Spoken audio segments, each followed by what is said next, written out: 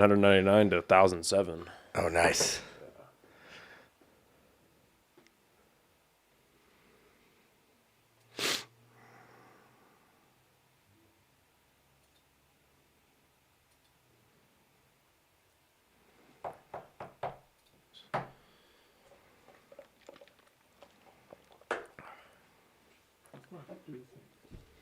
Do you want to polish off some of this Johnny Walker? Or do you want to pour some Mad Angels? I'll introduce the Angels during the episode. All right, sounds good. Let me start. All right. I'm proud to announce that the podcast is now officially sponsored by the fine people over at Chop Chili Company. I have another Red Bull. Guys, this is some of the best chili you can get here in the state of New Mexico, and they are online as well as in stores. They can be found at Smith's, Albertsons, Sprouts, John Brooks, and Lowe's Corner Market. They have 3 amazing flavors that you see here, and they also have frozen green chili that you can get online. Go on over to the website, chopchilico.com, and get yourself some amazing chili today. Cool, I see the ads going now. Sick. There's a white cord under the table. Can you plug this in? I realize it's a 20%. Corner Market. Oh. They have... Sorry. All right, we good? We up? All right, we're live. We live? I think we're live. Are we live, Joey? Yeah, about 30 seconds away. Okay, fuck it. I think we're live. What's up, buddy? Get off my fucking phone. What's up, bro? It's good to see you. You too. We are a little bit late on starting. That's my fault because I procrastinate and I get fucked by social media on a regular basis. Thank you, Joey, for producing. Good to have you back in here. Oh, nice to meet you, Joey. I forgot to hook Joey up. Joey, if you want to grab that fucking mic over there, bud, we have space for you. And then, there should be, there it is, I think. Yeah. Plug that bitch in, right in the back of it. And place that wherever it's comfortable. Now we can get our fucking producer hooked up properly. Well, I can't hear myself, so. But we can hear you. That's all that matters. Yeah. Test. Yep, it works. Yes, we can hear you. Fuck yeah. Loud and clear, dude. All right. Oh, hand me my phone actually real quick because I got to hold up my end of the bargain for some people. Today, we're talking about this a little bit off Shout the outs. stream. I'm going to fucking stroke my own dick real quick. We started out the day with 999 followers on Instagram. And we finally crossed that 1,000. Let's see who the first one was. Oh, shit. The first person, Joey, you'll get a kick out of this. The first person to make the 1,000, a beta from Nimi. Oh, that's fucking cool. Yeah, he's a friend of ours. We went to high school together. Well, he was like way above us. I think he was in college when we were like juniors, juniors or sophomores. I think he was a 2-time college attendee. This is true. And he is, I'll give him a follow back. He's 1,000. He's a DJ now, so shout out to him. See who else. Another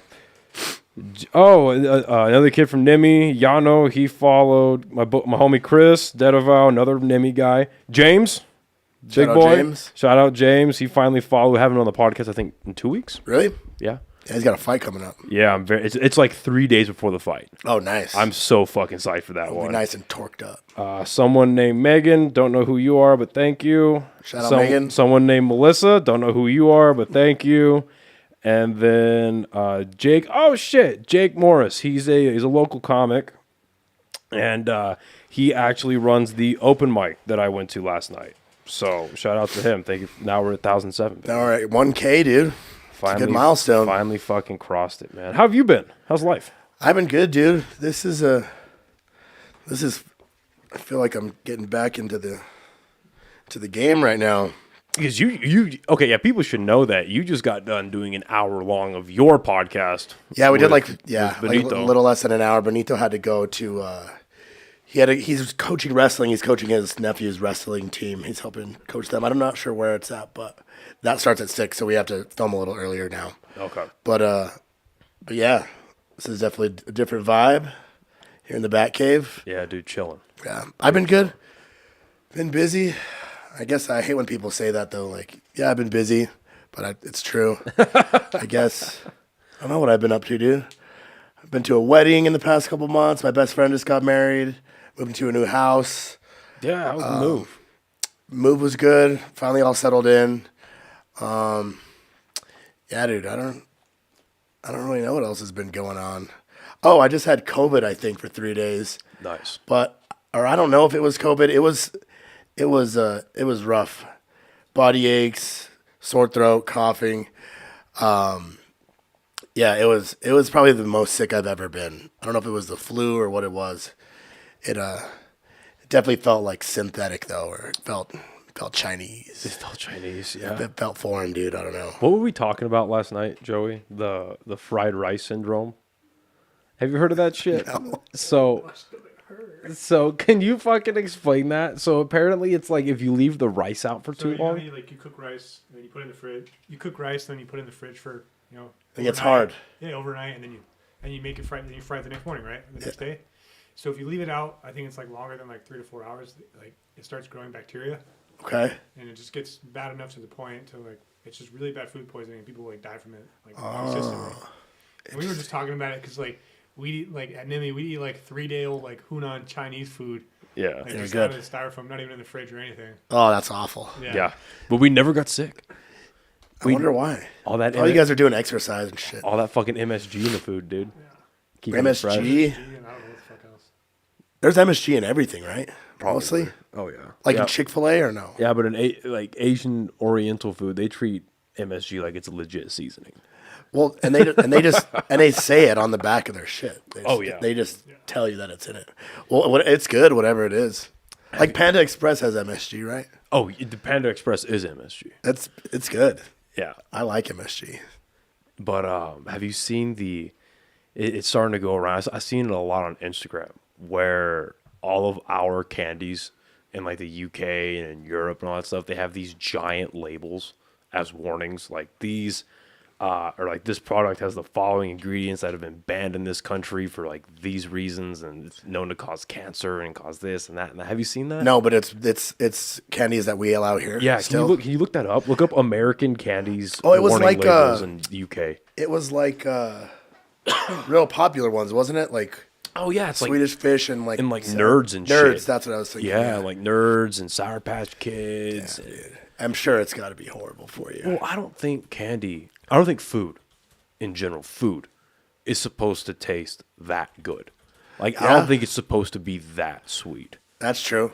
Like, I'm not a big candy guy though. yeah, but imagine if you are like a 10-year-old again, right? But like years and years ago, like decades ago, you've never had processed food, like as processed as it is now, right? Yeah. And then you ate like a pineapple. That would fuck your world up. That'd be the best candy ever. That's how it's supposed to be. Gotcha. Right? But then like you go back into the 1920s and you hand one of those depression era kids a fucking Sour Patch Kid. Yeah. I'm pretty sure you'd have a stroke. Oh yeah, dude. He'd freak out for sure. He'd have anxiety for the rest of his life. I think. Trying for sure. to chase that dopamine hit Yeah, that he it had would- from the strange future dude. candy. It would induce autism or something. I think. It would fuck him up. Go- Have you had what the nerd clusters? Yeah, the little Like balls. it's like the nerds rope. yeah, right? the little balls. They're the balls right? of it? Yeah. That is the candy that I think.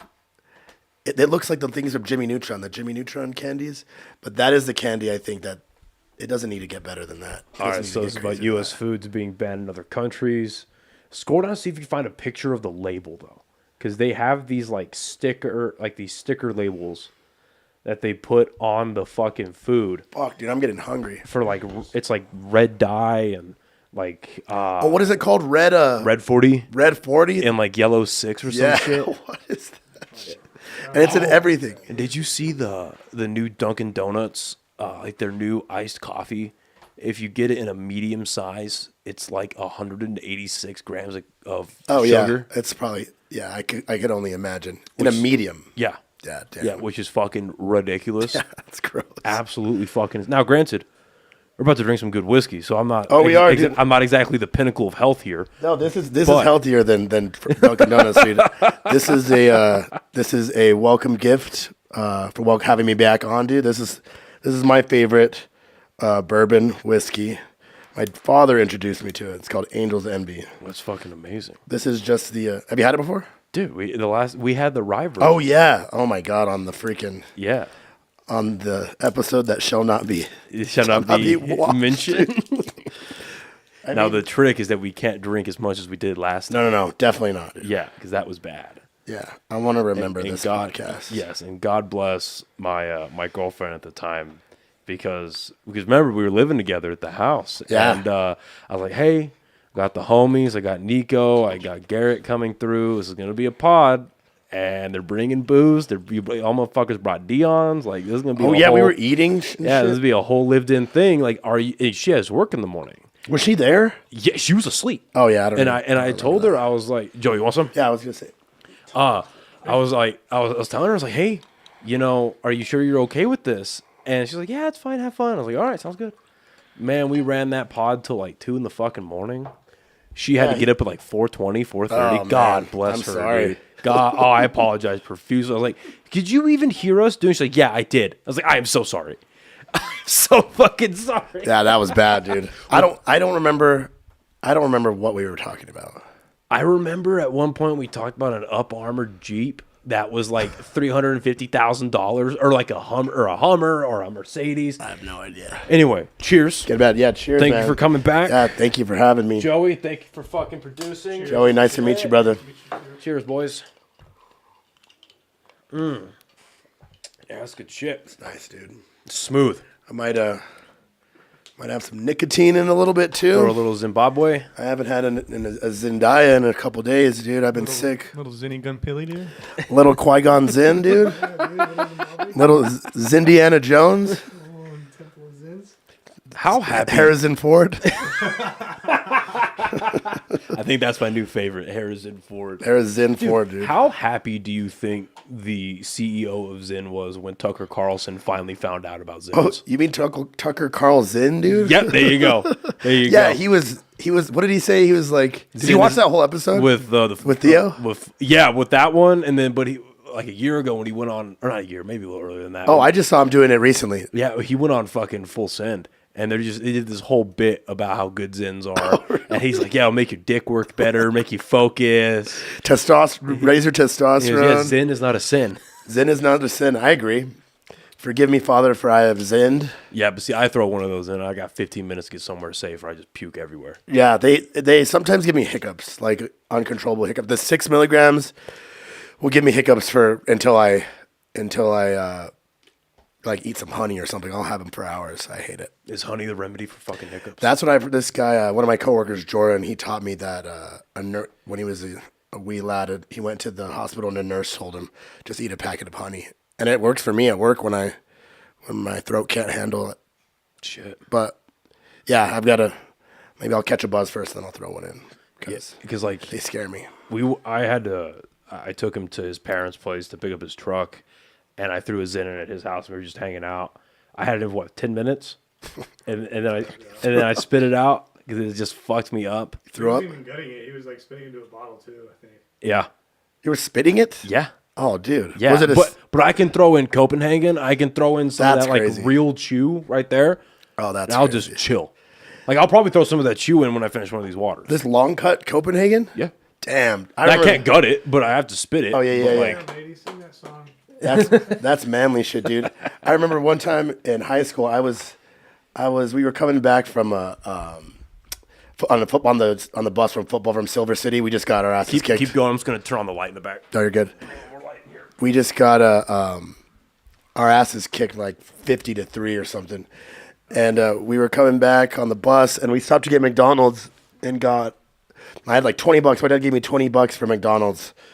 So I got Big Mac, like 3 hot and spicies, a bunch of fries and shit. So I had this bag of McDonald's. And what does $20 at McDonald's get you now? Oh, A meal. yeah, one meal, large. A meal on a Sunday, maybe? Yeah, uh-huh. Quarter pounder with cheese, dog. It's sad to see. Yeah. Anyway, so you got all your food. Got all the food, and me and my homie Kevin Caress, man, miss that guy from high school. I threw a lip of peach skull, I think it was, dude, before. That's some nasty shit, though. I don't know what. Yeah, it was horrible. I don't know what happened, and I was like, Kev, I'm getting sick, and I was going to throw up, I grabbed the whole bag of McDonald's with all the food in it, threw up in it, all over the food, and then it broke all over my lap, all over me, just puked all over. That's called instant karma. We had to pull the bus over at a gas station. It was bad. So that was the last time I threw dip. Yeah, but like peach skull is fucking disgusting. Yeah, or apple skull. I don't know. It was something horrible. The flavored shit is fucking disgusting. It gets me. It's making me nauseous right now. Just thinking about it? Yeah. Yeah, I'll do that. Having a hot flash. I remember back in. Sorry. You're good. This gives me more of a buzz than that will. Really? Oh yeah. Because you gut this, right? Yeah. I don't gut that. I spit it. Interesting. Well, I can't. All that nicotine, like 100% of this is going. I can't remember the last Or time. it's more refined too. It's not. There's no tobacco, right? Yeah, it's just nicotine salt. Well, I can't remember the last time that I actually got a buzz from dip. I'll either right chew it and I'm just fine, or if I've had too much to drink and then I throw a dip in. I think it's because like I obviously when I'm buzzed I don't think too much about spitting, so I'll like spit one, swallow one, spit one, swallow. That's crazy. And then I get a little sick. Yeah. But like I haven't gotten a buzz from chew in a long time. Do you do it every day? I think it's a good thing. Yeah, I think so. I mean, Yeah. well, today I didn't. I think so. Yeah, well, because today I didn't, because I left my chew here, so I've been as my backup at my office. Well, I've got like a few backup cans, but I've got I've got straight, regular long cut, wintergreen, and then I got this shit called Black Buffalo. Oh, yeah. where it's the long cut, but it's just nicotine. I love that. Really? And I I don't. heard Bert Kreischer promote that. It's good. Like they sell it at Circle K, and I was like, 'cause I saw Tom Segura promote it, and I was like, Yeah. oh shit, I'll try it. And I don't gut it, but it's pure nicotine, and it's like long cut, like tea leaves. And I have the wintergreen version of it, and it doesn't give me it gives me a little bit of a buzz, but it's got like a nice burn to it. Interesting. I like that a lot. Your throat or on your lip? Right here. On your lip, yeah. Yeah. I mean, like the burn on your throat. Yeah. Yeah. Yeah, dude. These are as heavy as I get. There you go. He's fixing his mic. There we go. What do we got here? Is this the? Oh yes, this is all the big red. all the shit all the shit that's banned. Well, because there was I don't know. It's not bad. Like it's just No, but if you look at go to Google Images and look it up. This is Google Images. This is like literally the difference, like in their labeling versus ours. Because look at the ingredients that they use in fucking ketchup versus ours. So, Wait. look, the major difference is the corn syrup. Yeah, onion powder, whatever, but it's the corn syrup because corn syrup is in fucking everything. Wait, so they're both true? Like, so this is what the label says, Yeah. and that's what that's what it actually has in it in the UK, or that's just what it says and it has the US shit in it. No, like that's what all they put in it. Oh, okay. The UK version. So the UK version's for sure healthier. Yeah, because they have a lot more strict law. Like their version of the FDA actually does their job, Interesting. and they have a lot of banned substances. But then, like with stuff like candy, they were talking about earlier, the stuff that they just won't remove it from they won't remove it from the recipe. They have these big labels on them that warn customers in the UK, like, "Hey, this has all this shit in it. Don't eat it." Gotcha. Interesting. Are they fat as shit in the UK, or are they skinny over there? I feel like They're they're. fat, too. I feel like they're behind us by like 10 years. Everyone still has McDonald's. And shit. Yeah, I feel like they're coming up on us, but Like, in terms of- we're still ahead of them when it comes to fatness. Gotcha. Look at that. Look up obesity rates in U.S. compared to U.K. And I'll bet you it's a 30% difference. yeah, I'm sure. And they walk everywhere over there too. I mean, in Europe, that's why they're probably skinnier too, because they. Do we drive more? Yeah, I think so. I don't know. I was actually talking with Lucy about that the other day. Like the huge differences though, like you take like all of like London, and then take Texas, right? Are they the same size? Yeah, fucked you up. Also, I don't know shit about. So that's the point. Like you can't like even Albuquerque, like it's so spread out. You can't walk to your job. Like in London, like you can probably take a bike or the bus and walk to your job. Gotcha. Their public transportation actually works. So they're just more mobile. Hey, no, our public transportation works. It just, It gets shuttles. the homeless people from upper central to downtown central. Yeah, exactly. The Greyhound, bro. Have you ever read The Greyhound? No, I've never been in a position to, and I'm very thankful for that. I remembered it was when the whole Southwest shit was going down, and I had to be in San Diego or Vegas or something for a show, and I had a flight back on a different airline, but there was Southwest, and I was looking up Greyhound bus tickets, dude. It was like $30, but it would take like 14 hours to get there. Well, and then they like zigzag. Yeah, They go here, then here, then here, then here, and then your destination's here. yeah, dude. I was not ready to do that. No, that's fucking ridiculous. All right, what do you got? Oh yeah, you're right on 30%.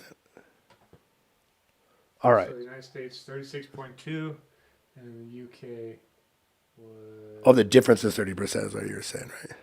27, right there. Go up, right there. 27.8. I Yeah. don't know that I believe that. They're right up on us. No, but I don't know that I believe that only 30% of Americans are obese. No, yeah, Have you been to a that's fucking for sure a lie, yeah? Have you been to a Walmart? Yeah, dude. Oh, the Walmart, dude. The warlocks come out at Walmart. Fuck, bro. It's scary there. Like, there's no way that we're only. Does it say when this was published? Because there's no way we're at 30%. Well, they have 3 different classes of obese. All right, if we have to divide it into classes, we're already lost, dude. So if your BMI being, yeah, but BMI is also kind of strange too. Cause I mean, think about it. Like Well, I'm probably obese at class 1 if it's up to that. I don't think I'm 30% body fat. Right? well, because how many like I have a shit ton of friends in the military across all branches that'll tell me that, and these are like fit people. Like, they're bulky, but they're fit people. Yeah. They're like, oh, yeah, the military has considered me overweight because I'm out of whatever weight class. Yeah. Look, it says LeBron James is 27. His BMI is 27.5. Yeah. And that dude's BMI's stupid because it doesn't take into account, like, muscular weight. Like, that's why they have to do the neck tape for the military. Right. Because you'll fail the fucking width tape. Look at this, you're a big stocky dude and you work out a lot. You're obviously going to weigh more than what your BMI allows. Yeah. So you're gonna have to go for the tape, and that's where they tape you to see, like, okay, where is his body fat actually at? Gotcha. Speaking of the military, tomorrow is the last day of my contract. Really? How does it feel, dude? It feels fucking great. What happens now? I'm done. Do you get paid No. ever again? No, I'm just done with the military. Does that feel good? Yeah.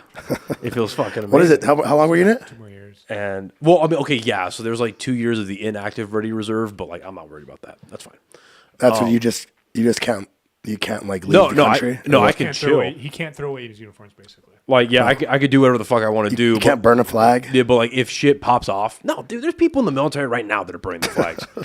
I've seen it. I don't You know what mean? condone that. No, neither do I. But people fucking do that. But basically, what it means is like, if shit really kicks off, and they're like, okay, we're about to do a draft. They start with the inactive ready reserve first. So basically, what would happen is they send me a fucking.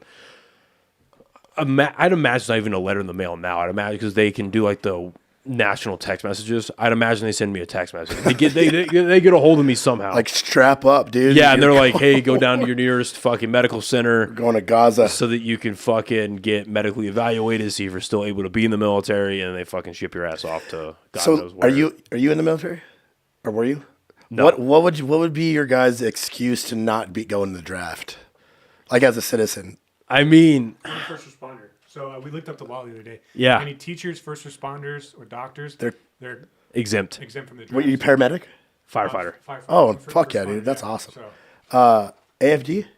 We don't say on stream. Oh, sorry. No, you're good. You're good. Oh, hey, we'll edit that out. Yeah, no, you're good. My bad, dude. I know. Huh?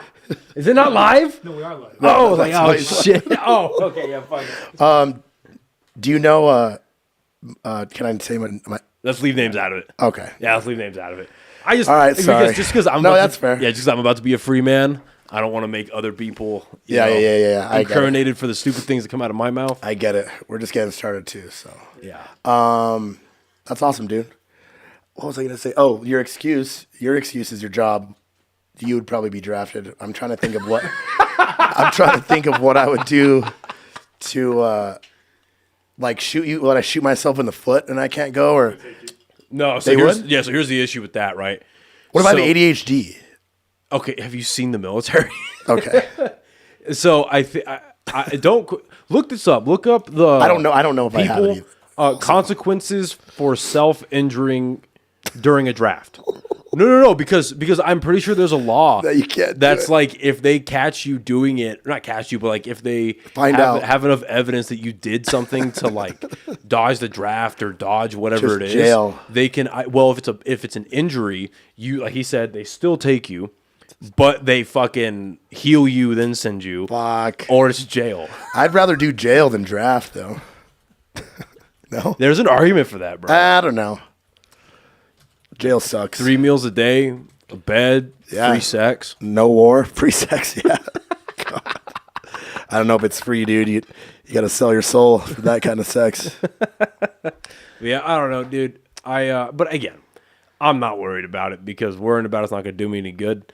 And I'm just focusing on the fact that that big chapter of my life's finally closed. Yeah, dude, you did something that not a lot of people did. It's cool. Yeah. You get to focus on the rest of your life. That's yeah, cool, I can dude. focus on my shit. You Yeah. know what I mean? And like, I'm not tethered back anymore by talking about some things and how I feel about things on the podcast. Yeah.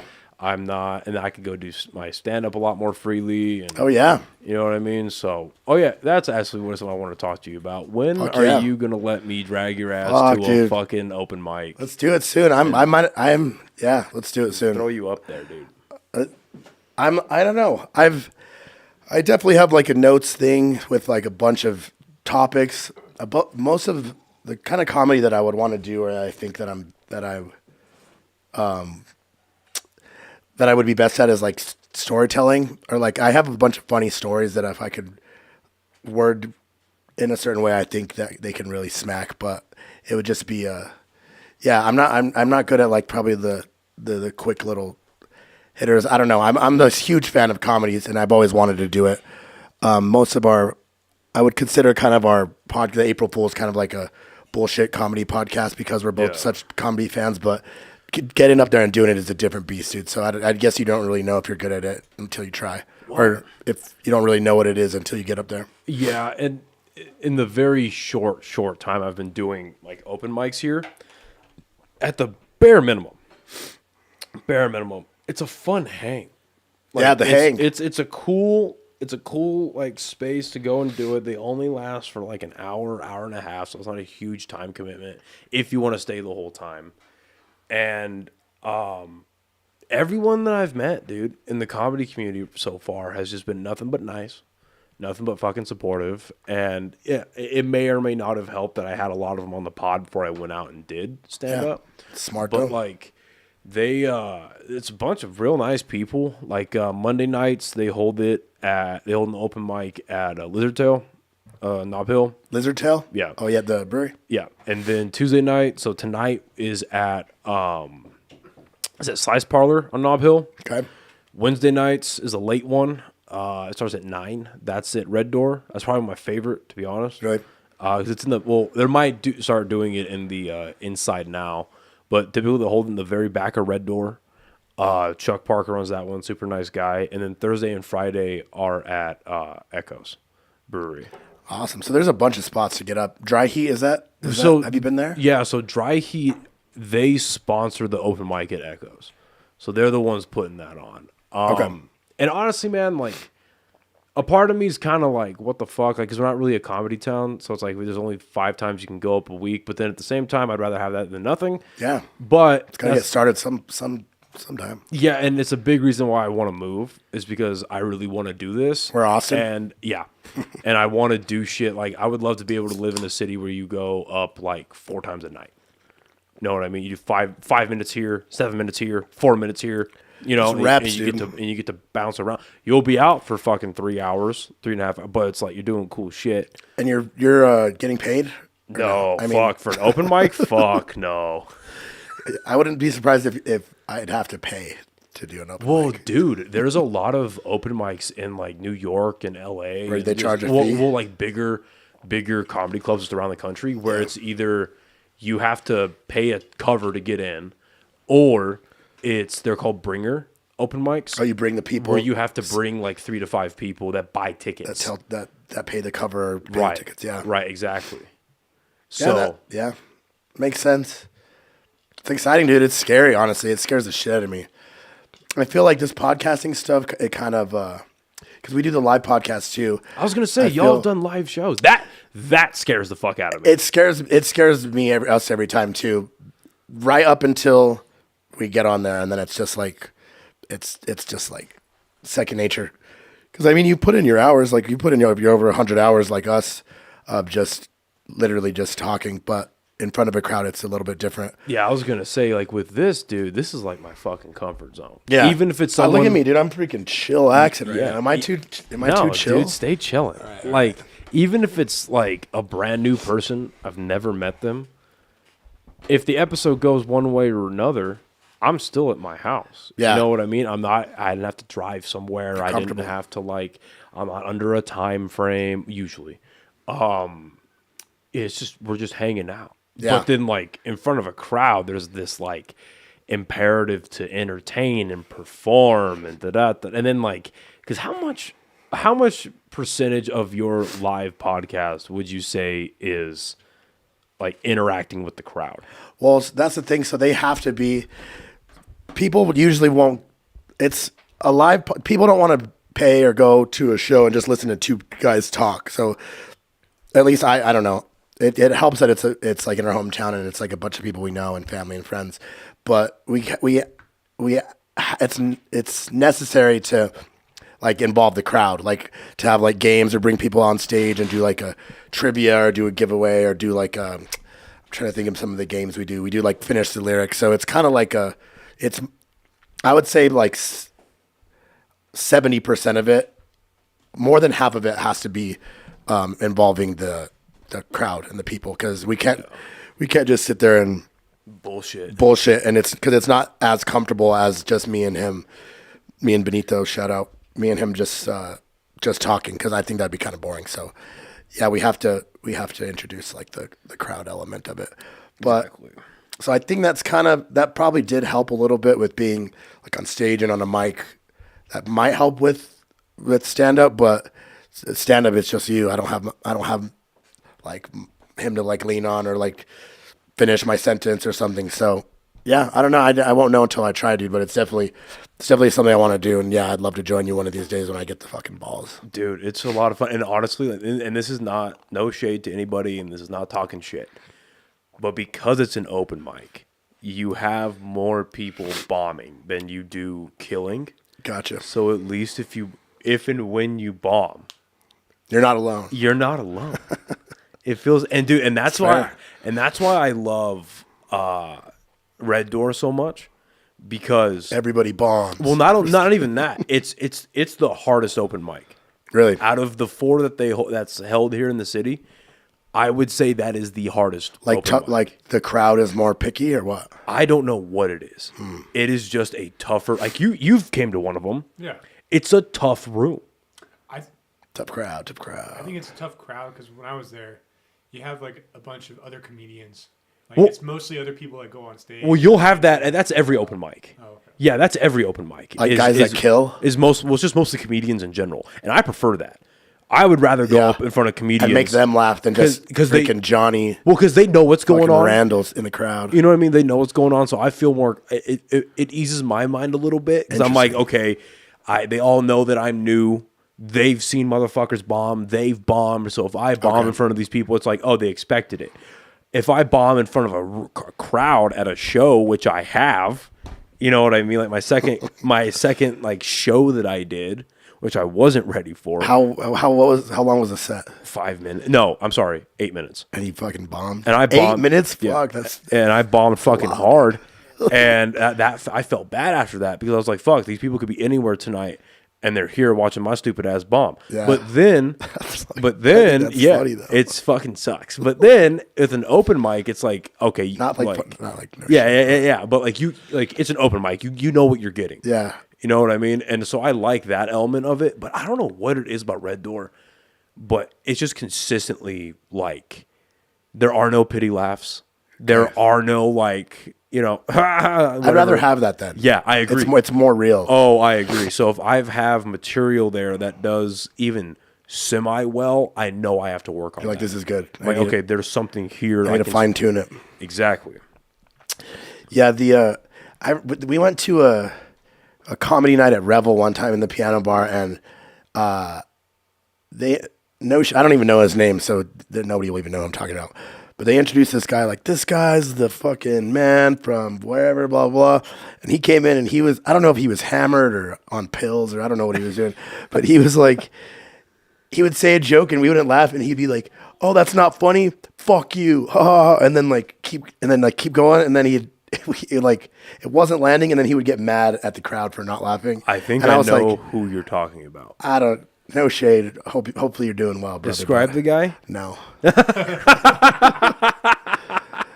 But it was just like kind of. No, I thought that was funny. Well, I just bring it up because If you bomb, it's not the crowd's fault. Dude. Yeah, we'll leave names out of it. But there was I didn't go to the show. This is information that I got secondhand. There was a show at Bourbon and Boots because I guess the owner of Bourbon and Boots loves comedy. So every so often they'll do comedy stuff there. It's cool. It's a cool. Have you been to Bourbon and Boots? I have. It's a cool little spot. I went to a karaoke thing there. I went to Yeah, it's a cool little spot. Well, anyway, they were doing this comedy night, but it was like half show, half open mics, I think. Open mic style, like people had like newcomers. That was kind of like the gimmick, was like new people. Anyway, like there was someone I guess who went up there. This real heavy set chick went up there and just fucking slammed, murdered, Nice. fucking murdered, self-deprecating, self-aware, cracked it like she slaughtered apparently, right? Did really well. Yeah. She was new or she was. Yeah, brand new wow, chick. good. Yeah, brand new chick. This other guy, who's been around a little bit, puts on his own shows. Let's call them shows with quotations. Is he a fat guy with long hair? No. Fuck. No, I don't think so. Was that the guy you saw? No, that wasn't the guy. Did you just assume? No, it was the guy. Fat dude with long hair. I'm curious. I don't know his name, bro. Johnny That Smith or yeah, something. that's not the guy I was thinking about. Anyway, sorry. Anyway. So this guy gets up there, and he's bombing apparently. And I'm getting this information from someone who was at the show. Bombing fucking hard. He gets upset like 2 minutes in, starts doing what you're describing. He's like, "What? You don't think that's funny? Fuck you, fuck you guys. You don't fucking what up. All has this whole thing." Ends his set early. Fucking steams off the stage. Apparently, this guy is like borderline pouting, like a 5-year-old. Like goes and sits down next to his fucking busted ass girlfriend. Oh yeah. Sits down there like literally arms crossed, slunched, and you know what I mean? Butthurt, yeah. Butthurt as shit. He sits there, and then the host gets up there. He's a very funny guy, good friend of mine. He gets up there, and he's like, "Hey, what the fuck is your problem?" Yeah, he's like, cool, because this guy is a fucking practitioner of that shit. You know what I mean? He's been doing it for like 9 years. It's like, whoa. Have some fucking respect for the crowd that paid money to be here. Who the fuck do you think you are that you can get up here and yell at people for not liking your jokes? Yeah, for your miss. And he's just going off on him, right? This guy stands up, he's like, "Fuck you, Oh, yeah, you he's wanna gotta fight fucking him. whatever." Well, people thought he was gonna fight him until these other like friends of the host and the fucking giant security guard, fucking started posting up too. Yeah. He realizes how outmatched he is by all colors and races of people that are ready to throw down on this guy. Colors and races. Yeah, it gets his chick and fucking they just storm out. Damn. Yeah. He probably had a bad night, dude. He probably went and did domestic violence at the crib. He probably got He's going home to punch or what? He probably had himself a couple Red Bull vodkas at the house. Yeah, it's tough though, man. I don't know, but if you're gonna get up there and try it, you've got to be ready to not succeed. Well, yeah, you can't get mad at the people. Well, I mean, it's one thing to get upset. Like I got upset, but you're upset at you yourself. No, exactly. When I got it's a good upset. Yeah, when I got done with my second show, I was like, "Fuck, that was bad." I had a couple friends that came out to watch me, and I had a few people come out to watch me that are friends of mine or like supporters of the podcast. Funny enough, and I was like, "Fuck!" Like I bombed in front of these. Like, granted, I didn't feel as bad as I would have if it was a paid show. I was very glad it wasn't a paid show. It was a no cover. Like literally just come into the brewery, but just go to the back. Okay. And I was upset at myself. You know what I mean? I was not a good person. You didn't deliver. Yeah, like afterwards I was not a good person to be around. You know what I mean? I was just not happy. Yeah. But then it's a whole other thing to just start yelling at the patrons. To take it out. I don't know if I would be more what would make me more nervous? Me going up there in front of people I don't know, everybody that I don't know, or me having like 5 or 6 people that are there to support you and then maybe not making them laugh. Or maybe I wouldn't want the pity laughs from people that I know. Mm-hmm. I don't know. It's hard, man. It's a hard beast to try to tackle. But I'm proud of you for doing it, dude. It's impressive. Thank you. It's really fucking cool. It's fun, dude. You need to come out and do it. Like I would hate myself. I would regret that for the rest of my life if I didn't at least try a couple times. So yeah, we definitely got to do it. Well, because what if you're funny? Yeah, I think I don't know. Everybody thinks they're funny. I mean, I think I'm funny, but everybody thinks that they're pretty funny. But stand up, I think, is a different beast. So Oh yeah. it takes a lot of. Well, because what if that's like another thing you're able to do? Because obviously, Yeah. like with your personality and how long you've been doing your podcast and the fact that you step out of your realm and you do live episodes, you guys put on a golf tournament. That was big. Yeah, that was awesome. Like how many people showed up for that fucking golf tournament, dude? We had like 130 people, dude, Fuck. and they all paid. It was like each team of 4 paid like $500. We gave away like $3,000 to the. Oh my god, I'm so sorry that I'm forgetting her name, but it was for like helping kids That are like reintegrate, orphans, right? kind of like kids that are that time out of CYFD because they get too old, so it kind of helped them reintegrate into society. Not like felons, but like just Halfway kind of, homes? Like halfway homes? kind of, but like they're too old to be in CYFD anymore, so it just the organization helps them kind of reintegrate with and like helps them get like school supplies and clothes and like bikes and stuff to survive as young adults. But so that was really cool. That was the coolest thing that we've probably done with the podcast. We want to do it again. We probably need to fucking get on that here in the next couple of months because we did it with like I think 2 months in advance, and it was a lot. It was really fucking cool, but we definitely need to get more started out earlier. Yeah. So Yeah, that was cool. So exactly right. So you want to do more entertaining things. You Yeah. want to do more entrepreneurial stuff. So what if you're funny? Yeah, it could hurt. What if you can go on stage and like get a chuckle? Yeah. And it's like, oh shit, That'll be I feel like that's the best drug out there, dude. dude, Get a fucking hit of some laughs, dude. dude, it is insane. Yeah. Now before I say what I'm about to say, I'm not a killer. I have never like done amazing, right? But Oh, I thought you meant like a murderer. oh, I thought you meant like Ted Bundy. but like the handful of laughs that I have gotten, bro, it is the weirdest high. it's a different type of high, dude. It is so fucking because then it's like, okay, now granted, put a little asterisk on this. You have to do jokes you came up with. Oh yeah. And there's motherfuckers that are big, and there's motherfuckers in this city that steal jokes. Damn, really? Fuck yes, there are. Damn. Fuck yes, there are. But what I will say, But those people don't last. They get Yeah. filtered out, I feel. speaking from personal experience, doing jokes you have come up with, getting on stage, delivering them, and then getting that type of feedback. Oh yeah, dude. There is nothing fucking like it. Seeing results from your creativity, from It's your brain. Immediate feedback. Yeah. Immediate fucking feedback. Immediate gratification, dude. That could be dangerous also. I'm just kidding. Oh yeah, no, you're right. No, you're right. Because the nights that I bomb, and even at an open mic, I'm like, fuck. I didn't get that hit, dude. I didn't get that Shit. fucking. Well, that's another reason why I'd like to live somewhere where I can do multiple spots a night. Because if I bomb somewhere, there's no time. There's 24 hours to change, readjust, even if it's micro things that might make it better. Mm-hmm. There's no momentum to ride. You have to like find a way to cage that momentum and carry it 24 hours. Yep.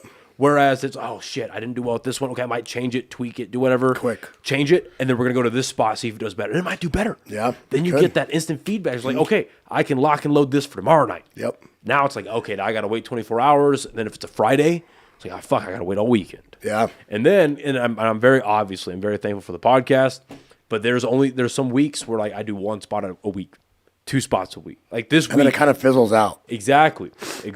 So it's I like it. Like the positives of it though, I just don't want to bitch.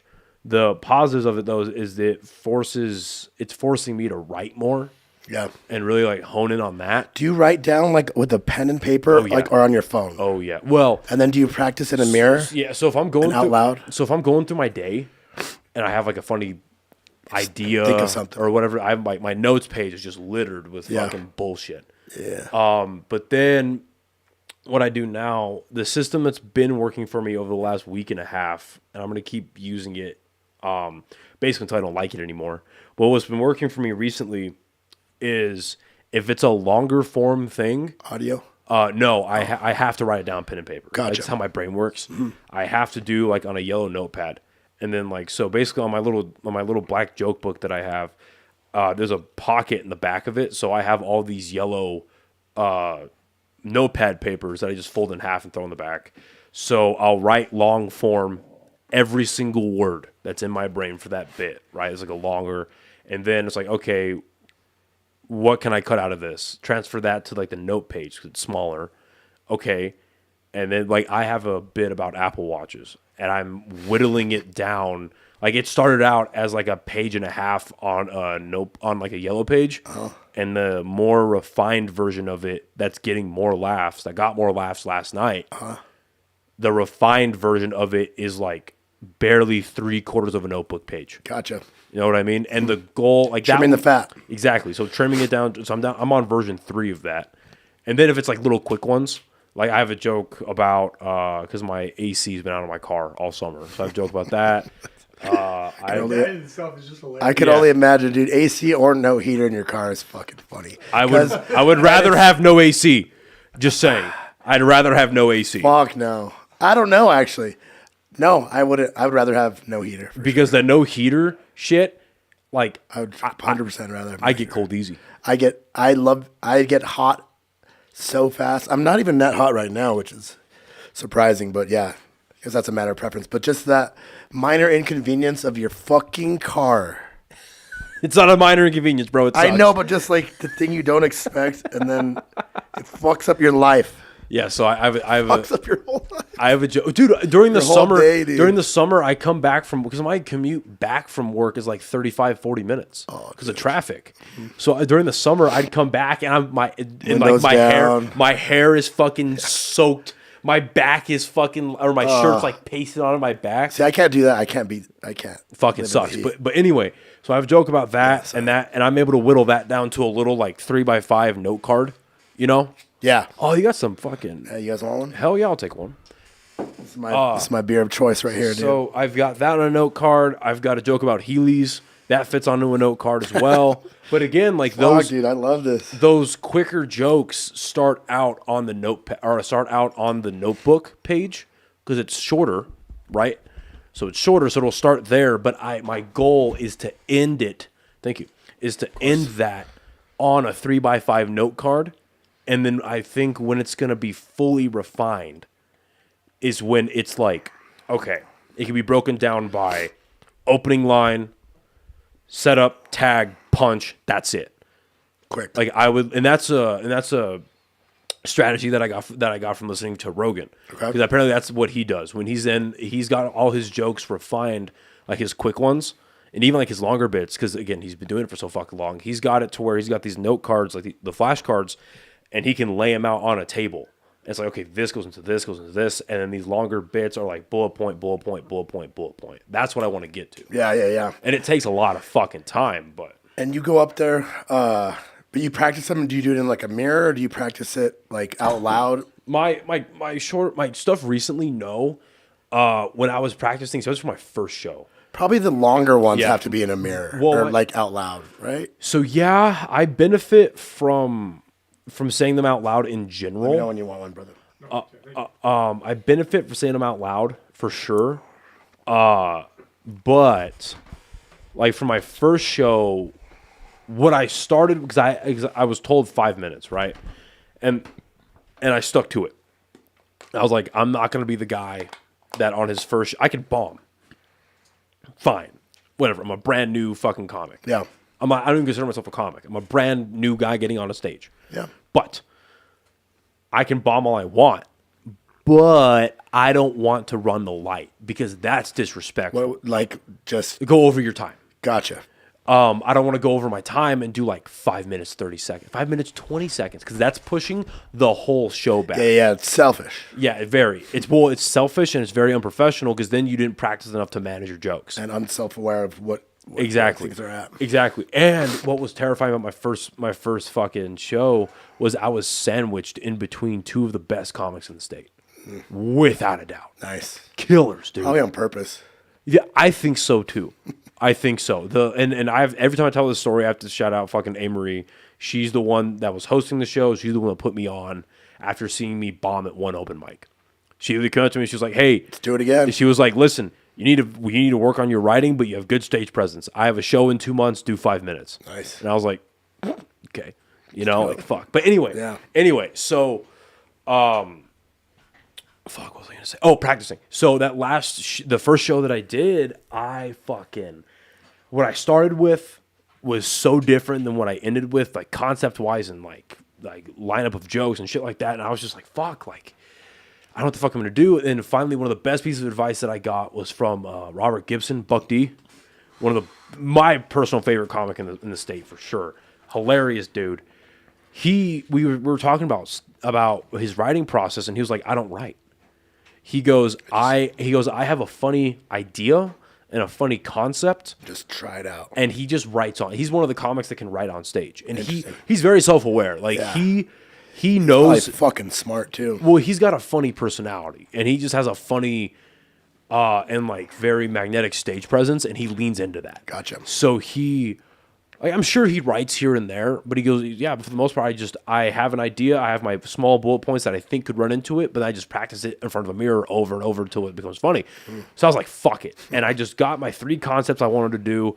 I wrote down, okay, what's my setup? Where am I ending? How do I get there? A-Marie said I had good stage presence. Just talk about it. So I threw on like my noise canceling headphones, and I think David was home, and I think Springer was home when I was practicing. And I'm sure I sounded like a fucking psycho to those guys. Oh, for sure. And I just closed my door, and I was just talking to myself, reading my note cards. Like, okay, what do I think is funny? This and this. Okay, act like there's a crowd in front of you. I grabbed a fucking empty beer bottle and acted like it was a mic. Yeah. You know what I mean? And I just act like there was a crowd in front of me. And it worked out okay for a first timer. Yeah. You know, but otherwise, like, it's just funny things the things I think are funny, and then I try to work them out, and then like that's what's beautiful about open mics is like if you bomb, you bomb. Who gives a shit? It's reps. It's practicing. Yeah, dude. It sounds like you're putting in a lot of work into this. It sounds like you are doing your research. It sounds like you're doing the right steps, taking the right steps to do this, and it sounds like you're enjoying it. So it's just fun, dude. So much props to you, dude. I think what we should do in the next coming months, I know you're a fan. I think we should go get tickets and go fucking to Kill Tony in Austin to see that mothership show. Dude, I think we should do that. And I would only want to really go. Do not even with get you. me fucking started. Yes. We got to do that at least once before you move out there, at least. And you put your name in a fucking thing, and then if you get called, right? That's like the beauty of it. Well, so here's the thing. So I want to get tickets for sure, but even if you're a resident or you're out there for Kill Tony, and it's free to sign up, go on, and just hang out. What do you mean, like to sign up for Kill Tony? It's free, and then to go to sign up, but they choose it randomly at a hat. Yeah, exactly. But if you get chosen, allegedly, I don't know if it's changed since they moved to the mothership, but at least when they were in Vulcan, if you sign up and you go up there, you can just hang at the club afterwards. Damn, and it's free. Nice. That's what I heard about Vulcan. I think I don't know if that's true about the mothership. I'm sure it's not because how tiny it is. Yeah, but I agree. I really want to. But dude, I tried when they did the last round of tickets for Kill Tony because tickets are like $40. Yeah, $50. They're cheap. I tried to buy tickets for me and my roommates. So I was like, fuck it. I'll drop like $100 or $200 for $100 get 2 tickets. Yeah, I'll drop or no. Kill Tony 25 Cheaper? is 25. Gotcha. Tickets for a show at the mothership, like Joe Rogan and Friends or Shane Gillis, whatever, that's $50. So regular Kill Tony without like special guests, is that what you're saying? No, just regular Kill Tony, just going to a Kill Tony show is $25.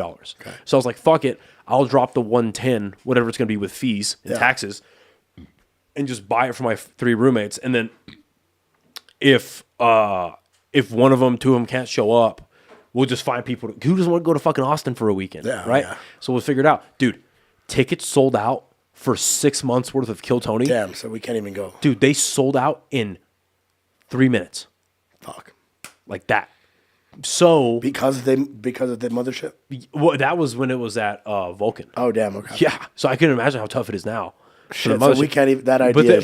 But they announce it. futile. They announce it when the tickets are going to go live, and they sell out Kill Tony months in advance. Damn. Okay. So I agree. find it out. I agree. We fucking need to. I didn't even look into it. But yeah, they haven't announced it yet.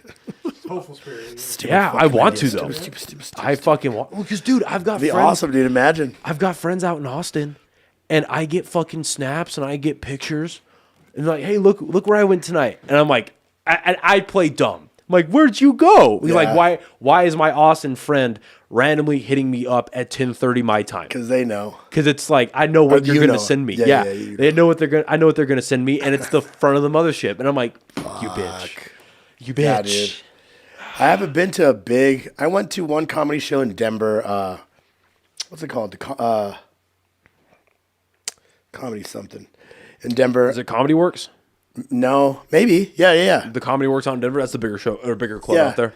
Me and my buddy Spencer. He was about to have a shout out my boy Spencer. He's gonna be my best man one day when I get married. I married him and his wife. I was the officiatory. Shout out Spencer. He was about to have a baby girl, so he invited me out there to spend like a last boys weekend before he had his beautiful daughter. But we went to this show. I was like, let's go see a comedy show. And we bought tickets to this. I don't even remember his name, dude. Fuck, I suck. My memory is shitty right now. But we didn't realize that it was going to be an all black show. Those are the best ones, bro. And it was fucking awesome, dude. They are hilarious. Not they, but black people. It was so funny. And it was the black comic, all three black comics. They were just like clowning black people, clowning white people, clowning Hispanics, dude. And we were. Oh, was it like we were styled after like the Def Comedy Jam, that type of shit? No, I don't even know, dude. But we didn't know what we were getting into until we got there. And we were like, oh, we're the lightest people here. And it was so much fun. I think he's a I don't even remember his name, but that's like the biggest comedy club I've been to was that.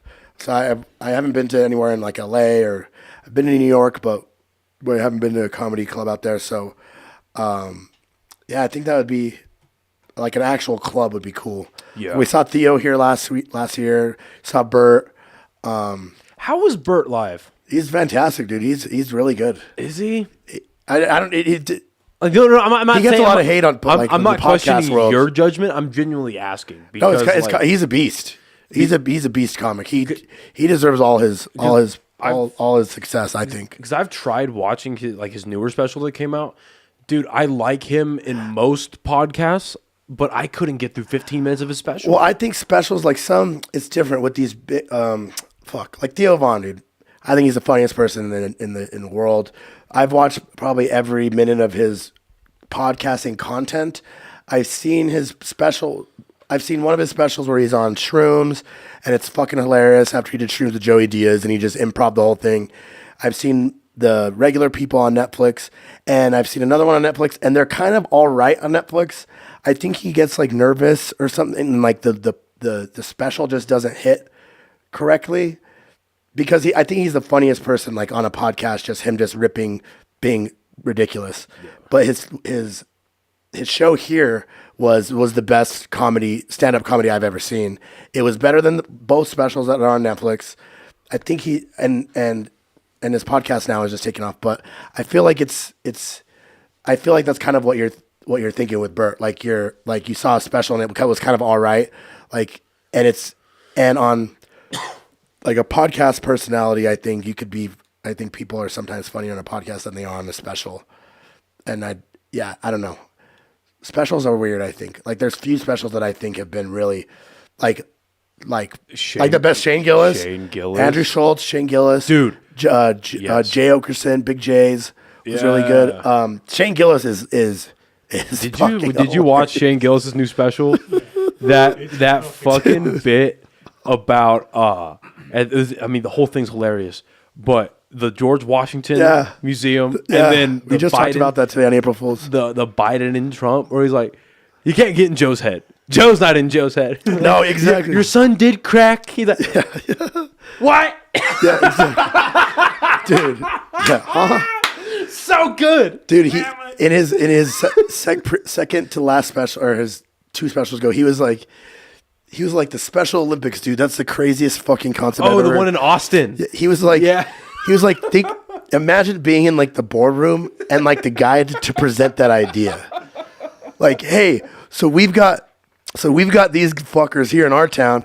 Let's race them against. Let's see if we have the fastest ones than the ones in the other town. Like, and the people are like, no, that's probably a bad idea. But like, the Special Olympics is honestly insane. Have you seen the South Park where Cartman tries to sign up for the Special Olympics? I haven't, dude. Please, Joey, pull that up. Let's rip it, dude. Oh my god. Okay. I haven't seen a South Park episode I haven't liked, but I haven't watched enough to reference like so that. specifically the scene where it's him and his mom signing up.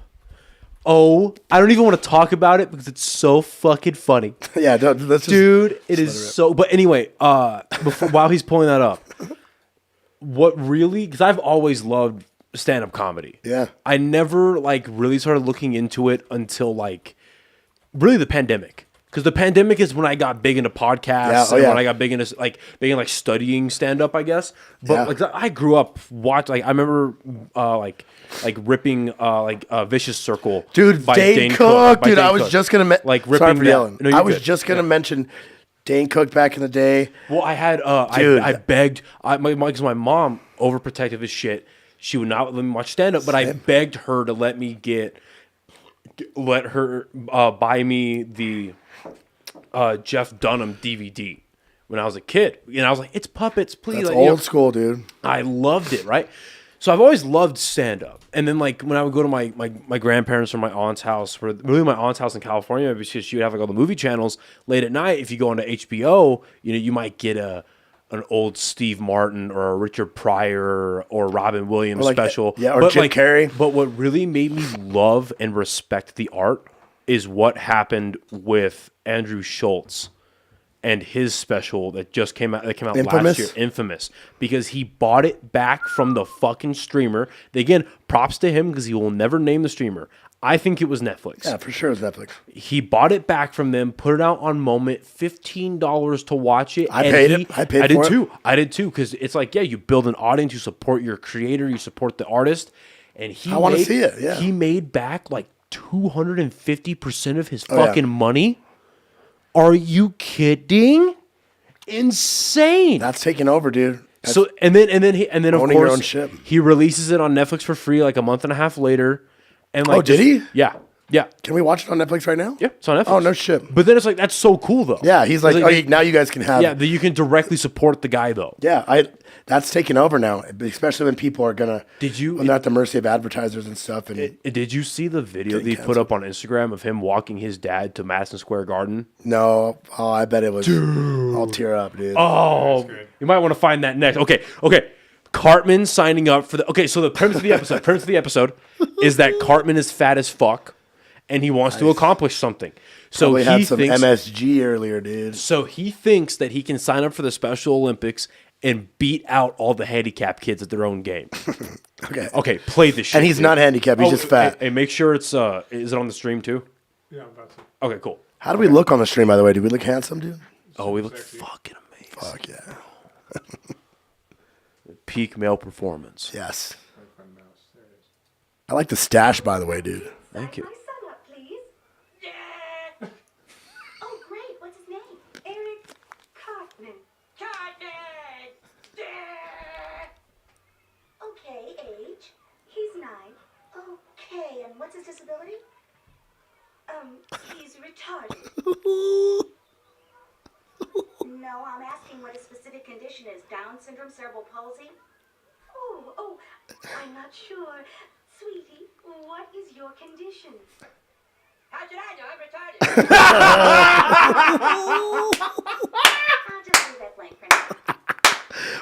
Fuck, dude. I'm so mad. I don't even know if...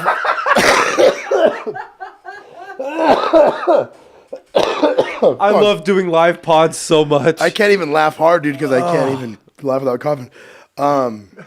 Dude, I hate the fact that... Can we say retarded anymore? I say it all. I think that shit is I love that word. Dude, like If someone's being a fucking retard, you can call them retarded.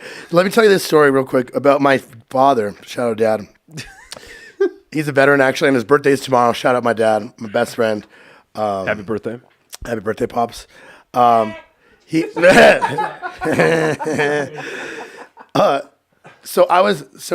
of his friends in the military. Find that video of Schultz. Yeah, I'm doing Yeah, it. go ahead. When we were kids, one of his friends in the military, we went over and I was hanging out with their family. We went over for dinner or something, and their son's name is James, and James has Down syndrome, right? And we grew up together. We were family friends, and I was running around being a maniac. I was younger, and I was running around with James, and I was being like a bastard. I was just being a maniac, bad kid. And my dad's like, "Hey, How old are you at this time? I would imagine 6 or 7. Okay. And I was running around, and my dad yells at me. He's like, "Hey, Nico," he's like, "Quit being a fucking retard." Yeah. And James's dad, my dad's friend, looks at him and was like, "Hey, Steven, come on. Like, my son has Down syndrome. You can't use that word." Right. Even if it's not at my son. But I thought that was funny Right. because I was probably being retarded more than the Down syndrome friend James. Well, I mean, there's a bit with there's The a R word is awesome. well, there's a bit with Bill Burr where he's talking about the word fag and faggot, and he's like, yeah, you don't. Are we still live? Where he's like, oh yeah, All right. And he's like, yeah, you don't call a fucking gay person faggot, but if somebody's acting like a faggot, you call them a faggot. Yeah, not He every has gay whole person is a bit about fag. that. He talks about a whole bit about that.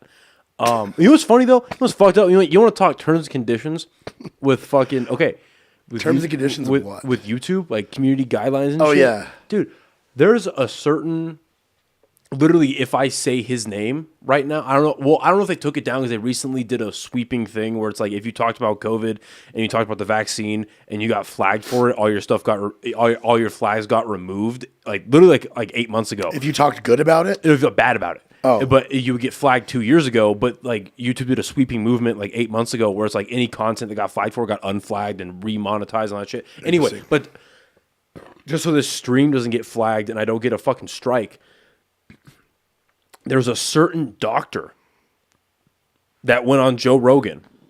And if you say his name or if you say what he talked about, you get a fucking strike. that's insane. Remember when I got the strike for that? Instantly. Really? Yeah. Not How even- far not into the even like pot? a warning, just strike. How Dude, far it- into the pod was it? Hour and a half? Damn, really? So they're fucking just. Well, because you remember, you gotta imagine, right? I mean, you've uploaded to YouTube, obviously. You know, you can add the captions, or you can do captions on YouTube. It's yeah. AI. It's AI That's reading just- what you're saying. Yeah, so if you damn. get the right words, yeah. So dude, you can literally say, Wait, who was it? hey, my phone. Oh, dude, this is such puss. We can't even say No, it. you can't still. Fuck Like, you, YouTube. Well, because is this North Korea, dude? Well, because fuck this. what'll happen is the fucking fire it up now, it'll boy. it'll catch it on the stream, and honestly, the stream might get taken down live. All right, well, let's And then, just draw it. Just draw his picture of his face for me, dude. Oh yeah. Yeah, so he's if a you- man. Yeah, he's a G. But like, if you say his fucking name, That's crazy. yeah, it's absolutely fucking stupid. But you fucking can say retarded You is can what say it is. retard, faggot, cunt, queer, whatever the fuck you want to say, and that's fine. But if you say like certain things of certain people that are going against a certain narrative, you may or may not get a fucking dude. Because they gave where me we're going, dude. They gave me a warning. What is the difference between warning and a strike? So a warning is just something that, like, I have a warning on my page for saying something about. That's what it was. I didn't catch it because they email it to you. They don't show it on your page at first. They email it to you. So I got a strike, or no. Yeah, I got a warning because we talked about something. I forget what the warning was for. It was medical misinformation for the warning, and the warning. Do you believe it was? No. Okay, yeah. Sorry. Of course not. Yeah, I know. So the warning stays on your page forever. Damn. Like forever. But then What does that mean? It just Like- it's just a tracker. But who sees that? They just YouTube Nobody. sees it? Well, the YouTube admins see it, but Okay. like it's on my page. For like when we get, if you remind me when we get done, I'll show you. Okay. Right. Actually, I might be able to show you it on the app.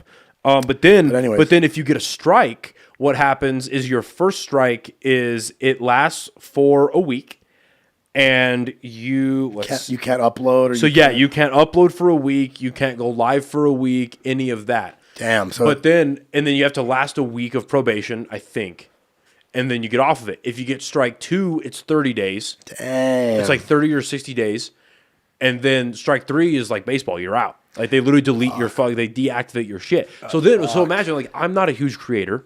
The only money I get is from Chop Chili. Shout out Chop Chili. Shout out you guys. Thank Chili, baby. you for fucking supporting the pod. But I'm sending an invoice. Yeah, soon, like I YouTube promise. isn't paying But us then- a fucking yeah, thousands of dollars. right. So why are But they if- gonna strike you? But because strike us, that's because it's the AI shit going against, or it's the AI shit detecting it that you're going against the community guidelines that you have to accept to get on the platform. But then, but imagine you're a big creator, and suddenly you can't get monetized for a week. Yeah. Imagine any of us, whatever our monthly pay is, you lose a quarter of it. Yeah. That kind of fucks you, doesn't Yeah, it? absolutely. And think about it. I don't have a staff. I have friends that help me. Yeah. Like I don't pay. I think the most I've ever paid Joey is like a giant comic book, like last year. Which Yeah. one was it? Huh? Which one was it? Ultimate Spider-Man, bitch. Oh yeah, but like that's the most I've ever paid him, right? And like in the couple of times that Springer or David have produced for me, I don't pay them to fucking, you know what I mean? Yeah. So I don't get paid from monetization. So you think this is? So you think that it's the strikes and warnings are not even given out by a person No, that is looking at them. It's just some fucking robot that It's a is robot. picking Now, up your verbiage, saying that doesn't Yep. that doesn't align with the guidelines, Yep. and then just dishing out strikes and warnings. Exactly. Just fucking with people's So livelihood. yes, exactly. And I got Damn, that's- I did I didn't even think about I that. did there was one That's strike. retarded. Yeah. Can the episode be called retarded? There's one strike that I got that was that I appeal all my shit, but there was one strike that I got that I appealed. But And who are you it- appealing to? Just a robot? No, so I guess there is that goes up to a no. person. I guess there is a I'm sure it's outsourced, but there's a actual department of YouTube that deals with appeals. And I sent one of my strikes to them, and it got removed. So Okay. credit where it's due. It did get removed when a human looked That's at what I'm it. saying. It got removed, but it's like it took 4 days. So imagine if I'm a big content creator. That could fuck And everything. like Kill Tony, right? So Kill Tony off of YouTube ads, like Hinchcliffe let it slip on an episode like 2 months ago. Let what slip? How much they get paid? Oh. I can only imagine, he dude. let it slip that each episode off of YouTube ads alone gets them like $30,000. I was gonna easy. Yeah. So it's like, imagine if you're a fucking creator and one of your $30,000 average episodes. That pays for staff. That pays for can't get monetized. studio. That pays Yeah. for rent. So Theo Vaughn was talking about that. I don't know. No, Theo's was different because he went through. I know exactly where you're going with this. with not Reba. What's her fucking name? With What's her name? The Roseanne. Yeah. So what? Oh, that So one. she said it was, and if you watch the episode, she said something like, and she's a Jew. She said like something like the Holocaust isn't real, like in satire. Yeah. Like like Biden definitely got this many votes. Like the Holocaust wasn't real. Like she said like 4 things in a row that were obviously Joking. sarcasm. Yeah. And they waited like a week, took down the episode. I don't know if they gave him a strike, but he was talking about like this, like kind of Wizard of Oz entity that they reached out to YouTube, and they reach out to YouTube to either appeal it or something like that. I don't know if they got in contact. They probably have more contacts than we do. No, yeah, but no. but then they kind of like got this like the wraparound on why, and they didn't really get in contact with the person, and then months later it just the episode reappeared. Well, I don't. So I don't know. I'd imagine with big of a creator that Theo Vaughn is, he has an actual rep at YouTube. That's what he was saying. They have a contact there, a human contact. Yeah, they have a guy. Yeah, sure. They have a guy. Thank you. They have a guy at YouTube that helps them out. But anyway, I was able to get stuff removed, so credit where it's due. Yeah. But it's very silly, and that's why a lot of people are moving to Rumble. The fucking GOP is on Rumble now. Dude. Oh yeah, I'm sure. No, dude. They live streamed. With the exception of the last one, because the last one was ran at the Democrat news source. It was at NBC and MSNBC, right? But the first 2 presidential debates they did this year, they didn't even live stream on YouTube. They live stream on Rumble. Interesting. On Rumble. How is I have a Rumble account for a couple of different people, but I can't say I'm on it, dude. YouTube still is king. Yeah. So it sucks that we kind of have to just I keep concede to this beast. I keep meaning to upload to Rumble. I just haven't gotten around to it. One of these days I will. It would only do good if a bunch of your followers. It's hard enough to get people from Instagram to YouTube. Well, than it is to get to Instagram to another app, have them download another app. Allegedly, not big enough. Well, allegedly, Rumble, their algorithm is a bit more forgiving, forgiving and unbiased. Okay. So I don't think I'd start with that's a better word. I don't think I would even start with episodes. I think I would do okay, what clips have done better. I'd upload them and then try it out. And then the episode that goes with it. It would not be chronological unless Gotcha. I got a real following. And it'd be okay, you know what I mean? Fuck, maybe I should fucking try out Rumble. I mean, because I had a guy on Santi. I had him on, and he's mainly on Rumble, right? And he was like, dude, what's the difference? You take an extra 15 minutes to upload to a different site? And I was like, you're not wrong. Yeah, that's true. You're not wrong. But I would never become a monetized creator on Rumble. Why? Because you sign a contract with Rumble the same way that monetized creators sign a contract with Twitch, where it's if you become monetized through their system, you don't upload content anywhere else. So exclusive. It's that's that would suck. I'll always live stream through YouTube. Yeah. It's the easiest, it's the I agree. simplest, it's the only thing that's going to happen. And then unless I start getting more money in, just in general, no matter where it's coming from, I get more money in, then I'll pay the $50 a month for StreamYard to where I can live stream to YouTube, Instagram, all that at the same time, TikTok, and Facebook. Okay. Just do it all at once. Gotcha. But again, I'm not going to pay an extra $50 a month on top of all my other podcast monthly expenses to fucking, you know what I mean? I agree. The stream's not big enough. The audience is not big enough. Not yet, baby. Not yet. Exactly. So, all right. I got to piss, but I want to watch this first. Dude, this is amazing. You're going to watch this with a bladder full of piss, dude? Hell yeah, bro. Comedy, my dream was to one day headline Madison Square Garden. I would tell people that. Oh, this makes me fucking tear up, dude. Roll their eyes, or they would they kind of laugh at the notion of it. I told you that was my dream. I said one day I want to headline Madison Square Garden, and I remember you stopped what you were doing, and you looked me in the eyes, and you said, "I'll see you there." Wow. And it was really important to me because I felt like I wasn't the only person that believed it could happen. Wow. And I know as you get older, sometimes things become hard to remember, but I remember everything. I remember all the time you put into me and all the effort that you made and how much you always believed in me and supported me, and it's made all the difference. Absolutely. Yeah. So the reason I brought you here is, I want to say thank you for being the most amazing dad ever. And the other reason I want to bring you here is because I want to let you know that when my tour comes to New York, I'm going to be headlining Madison Square Garden. How fucking cool is that? That's amazing, man. That's beautiful. Definitely will see me there. Oh, man, that's beautiful, bro. All right. Shout out all the good dads out there, man. Dads are, I think, the most important thing ever. All right. Let's take a break. I got to pee too. With his fucking whiskey. All right. Let's take a break real quick. Take a break. Cut the audio. Oh, shit. It finally happened. It's time for a fucking break. Oh, shit. Is it broken? Let's take a break because now we have a wardrobe malfunction. We'll be back. Holy shit! It finally happened. Fuck, my bad, dude. Did I just do that? Let me get in there. Are you sure? Yeah. Let me get in there and do this. Fuck, I'm sorry, bro.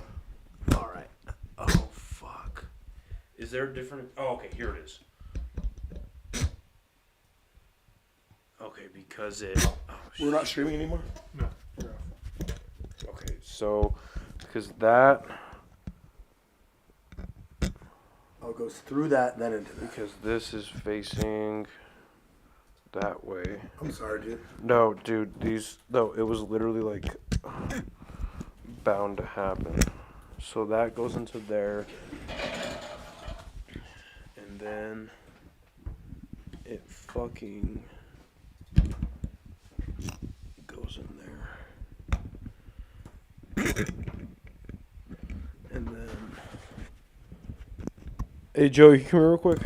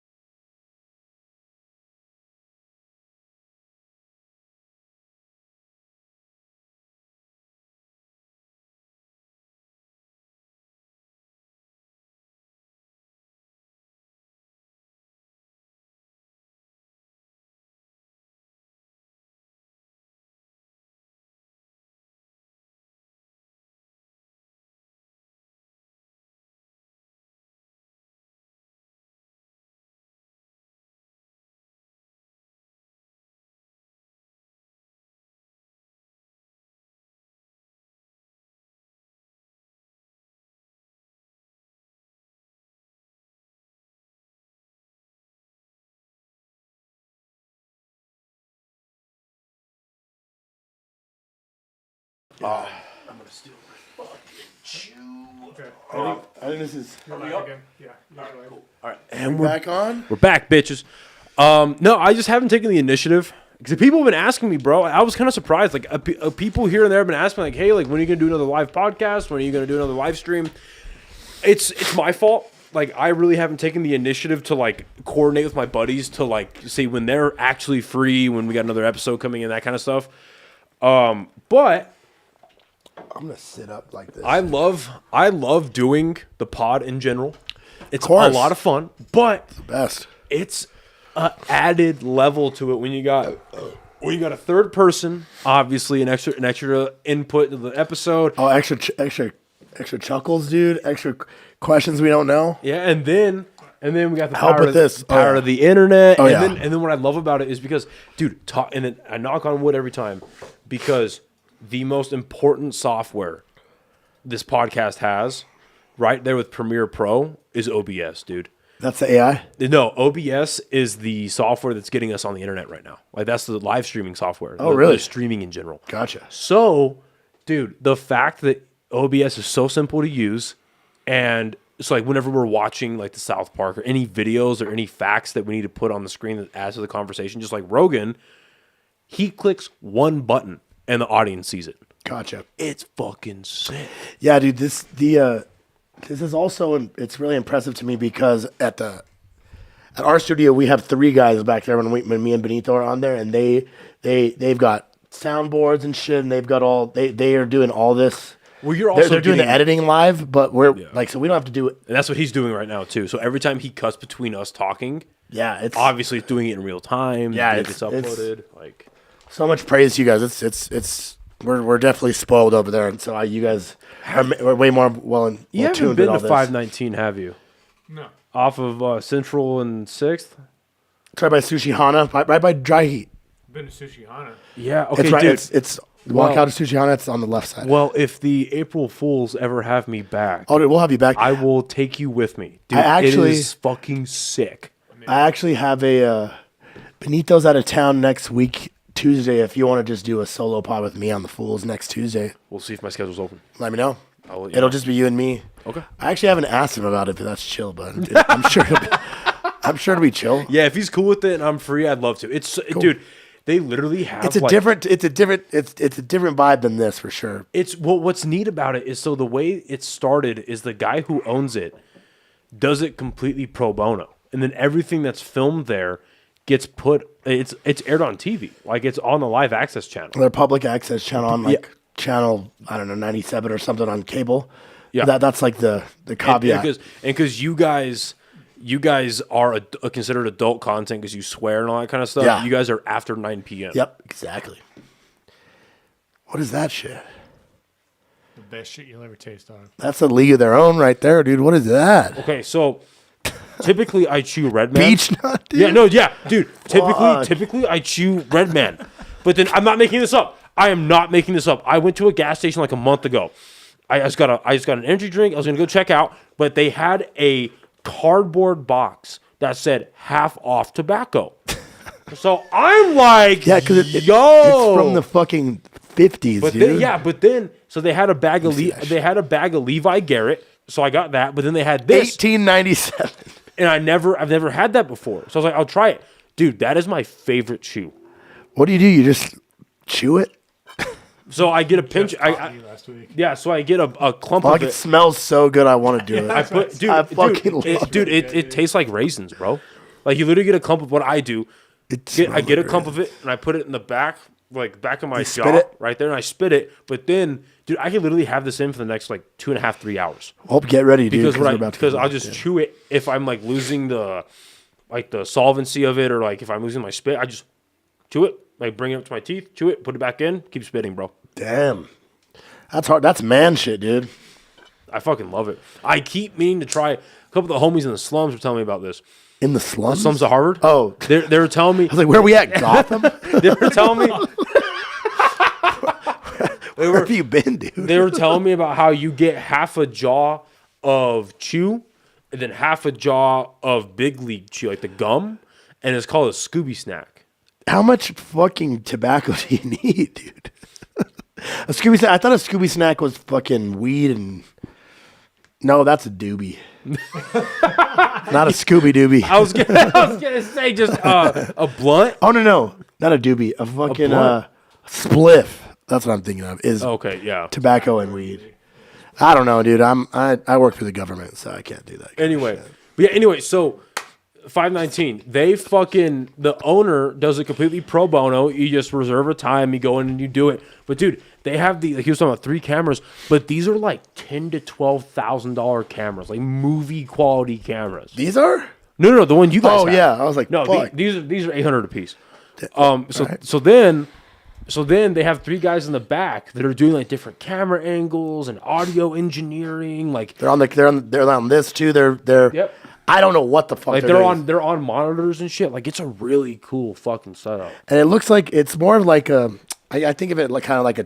It has the presence, or it has like the look of kind of like a TV show, like a daytime like talk show. Exactly, like a Good Morning America thing. Yeah. But it's cool. It's less of a hang. It's more like it's kind of daunting, I guess, when we have guests because they kind of get like because there's lights and it's like a big production. Oh yeah. Thank you. There's like big studio lights on like railings. It's like a studio, yeah. It's so cool. It's like we're used to it, but like we get the episode and then we upload it and it's already edited because they do it all live. So we're really spoiled, dude. So shout out them, but yeah, shout out to you guys for understanding what you're doing because I couldn't even begin to do this on.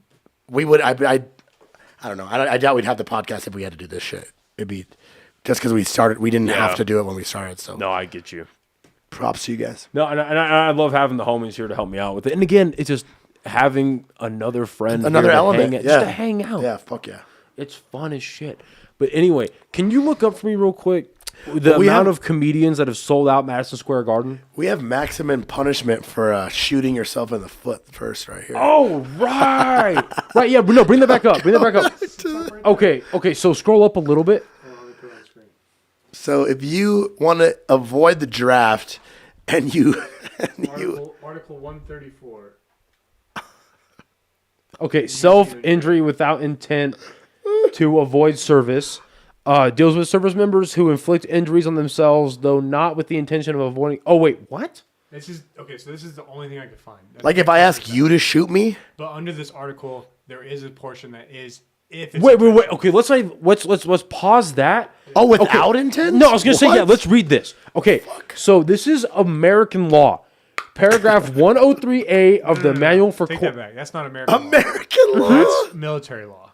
That's Oh, a it's whole- UCMJ. This is UCMJ Article 134. Okay, so UCMJ. different? So people, yeah, for people who don't know, there's American, like the United States federal law and then state law, but then the military has their own justice system called the Uniform Code of Uniform Code of Military Justice, Gotcha. UCMJ. Like you can't handle the truth. Yeah, that type of shit. Exactly. So, under the UCMJ, paragraph 103A deals with service members who inflict injuries upon themselves, though not with the intention of avoiding service. It is usually applied against service members who attempt to commit suicide. So, it is illegal in the military to commit suicide. And fail. And fail. You are that bad of a marksman that you can't shoot yourself in the head. Yeah. If you can't op yourself, dude, you're going to jail. You're going to Leavenworth? Okay, yes, that's what you need to understand too. So you hear like from military people and service members, you hear about an Article 15. Yeah. That's a punishment. So Article 15 is a blanket punishment. It can literally range from like 2 weeks of extra duty or like reduced pay. Yeah. It can range from that all the way to jail time in Fort Leavenworth. Like there's a huge range. No, you have to bring it. No, that's just what it is, though. So that doesn't answer our question, though. So, but this is right, or does it? No, not yet. Not yet. Okay, So, okay. but all I want to establish here, yeah, maybe nicotine does give you hiccups, dude. I don't know. You're doing the old school nicotine, dude. No, You're doing I that. just- I you're get doing hiccups Helen when I Keller chew. shit, dude. Fucking. So this shows that the UCMJ has laws against suicide, punishable. Yeah. That's ridiculous. Well, I can't remember. Government property. But is it if you're sad or if you want to get out of going to the war? So it looks No, this there's is like two just portions of that. without intent of like I don't want to be in the military. Like I'm my- gonna hurt oh. myself. This is no. Scroll back up. Scroll back up. The last sentence is the most indicative. It is usually applied against service members who attempt to commit suicide. But if you're committing suicide, you're not just getting out of war. You're getting out of the rest of your life. Exactly, and they're punishing you for that if you fail. I don't know about this, dude. That's fucked. Yeah, that's fucked. So go down to the original prompt that brought this up was, what if you're like shooting yourself in the foot to get out of the draft? That's what And I said. What applies? Type in foot. No, I'm just kidding. So they have a portion where it's self-injury inflicted intentionally. The accused can be punished with a dishonorable discharge, forfeiture of allowances and pay, and 2 years of confinement. But that's if you're already in the military. But self-injury inflicted intentionally during wartime or in a hostile fire pay zone. The accused punished with dishonorable discharge, forfeiture of allowances and pay, 5 years of confinement. So that's kind of a blanket because once you're drafted, you're in the military. Like, Gotcha. You're Yeah. So Oh, really? No. So the that's how UCMJ. Well, like dishonorable the service works. discharge me, dude. I'm not in it anymore. That's how right? selective service works. Like once you sign up to that selective service when you're 18, like you're in. Yeah, so the UCMJ only applies to service members. No, dude, you don't want a dishonorable though, because a dishonorable discharge is the equivalent of a felony. You can't vote. You can't own a firearm. I don't vote anyway. I'm just kidding. I'm just kidding. I do own a firearm though. Shout out guns. That's interesting though. Shout out Big Ammo. Shout out. Nah, I'm not gonna. Shout out military industrial complex. Yeah, I'm not gonna say the next one. Shout out. Are we live? Yeah. All right. Fuck yeah, we're live. Sponsor us, Boeing. That's dude, right? I randomly get like $100,000 in my checking account. I'm not asking The other questions, big dude. one that makes fucking bombs and shit. I just think it's hilarious. Al-Qaeda? Well, I just think that it's hilarious. Hussein? Have you seen that meme where it's like when Toyota randomly gets an order for 40 new trucks in the Middle East, and it's all the black dudes going, "It is what it is." It is what it is, man. Well, no, dude. Yeah. How crazy is it that the same company that builds the bombs to blow up Iraq was the same company that went and did all the reconstruction of the same shit they blew up? Is that true? Yeah. Fuck. That was Lockheed. It was Lockheed That's what I was thinking. Lockheed Martin. What is it, Pfizer? And Raytheon. No, that's medical shit, bro. I know, but like they probably fucking do more shit than that. Well, yeah. I mean, they forced an entire fucking country to. Are we gonna go down this rabbit hole? I mean, that's the thing, though. Is like it's not a rabbit hole and it's not conspiracy anymore. I agree, it's not. Like so 12 years ago, Fauci is on camera saying that if you build a natural immunity, you don't need vaccines. Now, then 3 years ago, he's on camera saying you should get it no matter what. Then hang on. Then they're also on camera saying if you get the vaccine, you're not going to get COVID. 3 years later, they're saying, well, we have the data that shows you will get COVID, but then you still might not. And the backpedaling. They're full of shit the whole time. They're liars. It's all for profit. And there's no accountability, no apologies. No. Have you seen, and honestly, if we're kind of going down this, can you look up a YouTube video? It is the Olympic opening, I think it's 2016 Olympic opening ceremony. It is a big wizard Grim Reaper with a bunch of hospital beds and nurses for the Olympics in London. This is in 2016. Look at this creepy ass shit, dude. I saw this a couple years ago, and I saw this other day, and I was like, "This is the perfect podcast to fucking bring this up on, dude." Because it's like the whole 2016 was Rio. fuck, dude. London Olympics opening ceremony, 2012. So 9 years ago. What the fuck kind of shit is this? Sorry for burping on the mic. Dude, it is. Let me see. Do you see it with the big wizard thing? Yeah. Oh, look, not available. Ha Let's try. Yeah, that was the 2012 round. Maybe look on Twitter. Twitter might have I it. was gonna say, so you might want to look. Or X. No, dude, fuck. And if we can't find it, So go on Google, type in the prompt, and then just go to videos, because that'll show you everything. Oh no, dude, no. The default browser is DuckDuckGo. Use that. Yeah. So what? Basically, what? Describe it again. It's the opening ceremony to the Olympics, and it looks like Zozobra, which is also fucking some pagan crazy Corny. shit. Dude, it's Yeah. corny as shit. It's a big black Grim Reaper with the wand, and there's a bunch of medical staff. It's like a show. A bunch of medical staff and nurses. It looks like it's what's it called when you like? It looks like it's like, oh, we're about to go into a fucking pandemic. Hold on, Grim Reaper Olympics. I need to find it, dude, because you'll think it's like, whether or not it's that, it's fucking weird. It looks like Voldemort. It's the 2012 Olympics, dude. Fuck, it has children in hospital beds, nurses, white men in white clothing, and a giant figure dressed in black for the Olympics. And even if it's not, what is the word I'm thinking of? Not predisposing, like not premonition, but whether it's not like preempting, predicting a pandemic. Conspiracy shit like that, yeah. You know what I mean? But it's hard to find. I can't just find the opening, which is weird. What? Yeah, it's My phone's freaking out too looking up it. It's a bunch of people talking about the opening. Here, watch. I can't actually Try Twitter, because I saw it on Twitter. Twitter won't. My Twitter won't let you on. Yeah, don't try Twitter. Twitter's all fucked dude, up on hold mine. on. Because I don't know if my accounts got hacked or something, but it won't let me on without like. It's one of those things where it's like, hey, I need to reset my password to my email, but then they send the code to your email. It's like I can't get into my email. Now my Twitter's all fucked up, dude. Did you find it? No, I can't find it. Here, look at this shit. Oh, you find it? Oh, it's on my phone. Fuck. Is that playing on my phone? That might not be it. But it's like a bunch of nurses and like hospital things running around, and there should be a Is big. that the one talking about COVID? No, it's strange. I don't know if that's what you think. No, it is, this buddy. isn't it. This isn't it, dude. I don't know. Anyway, Let's move it's on. Anyway, it's just the moral of the story is that we got lied to, and people know it. We got fucked. Yeah. See, that's so weird. That's the second video. Totally different video. Nah. That first one I tried to play. What's my one notification? Just show me that. It's all right. I'm curious. Hey. New subscriber? Cool. Yeah. Oh, I want to get your opinion on this real quick, Nico. Oh yeah. Jesus, dog. Sorry, we'll save it. I want to get your opinion on this. Ask me, dude. I guess your reaction to this.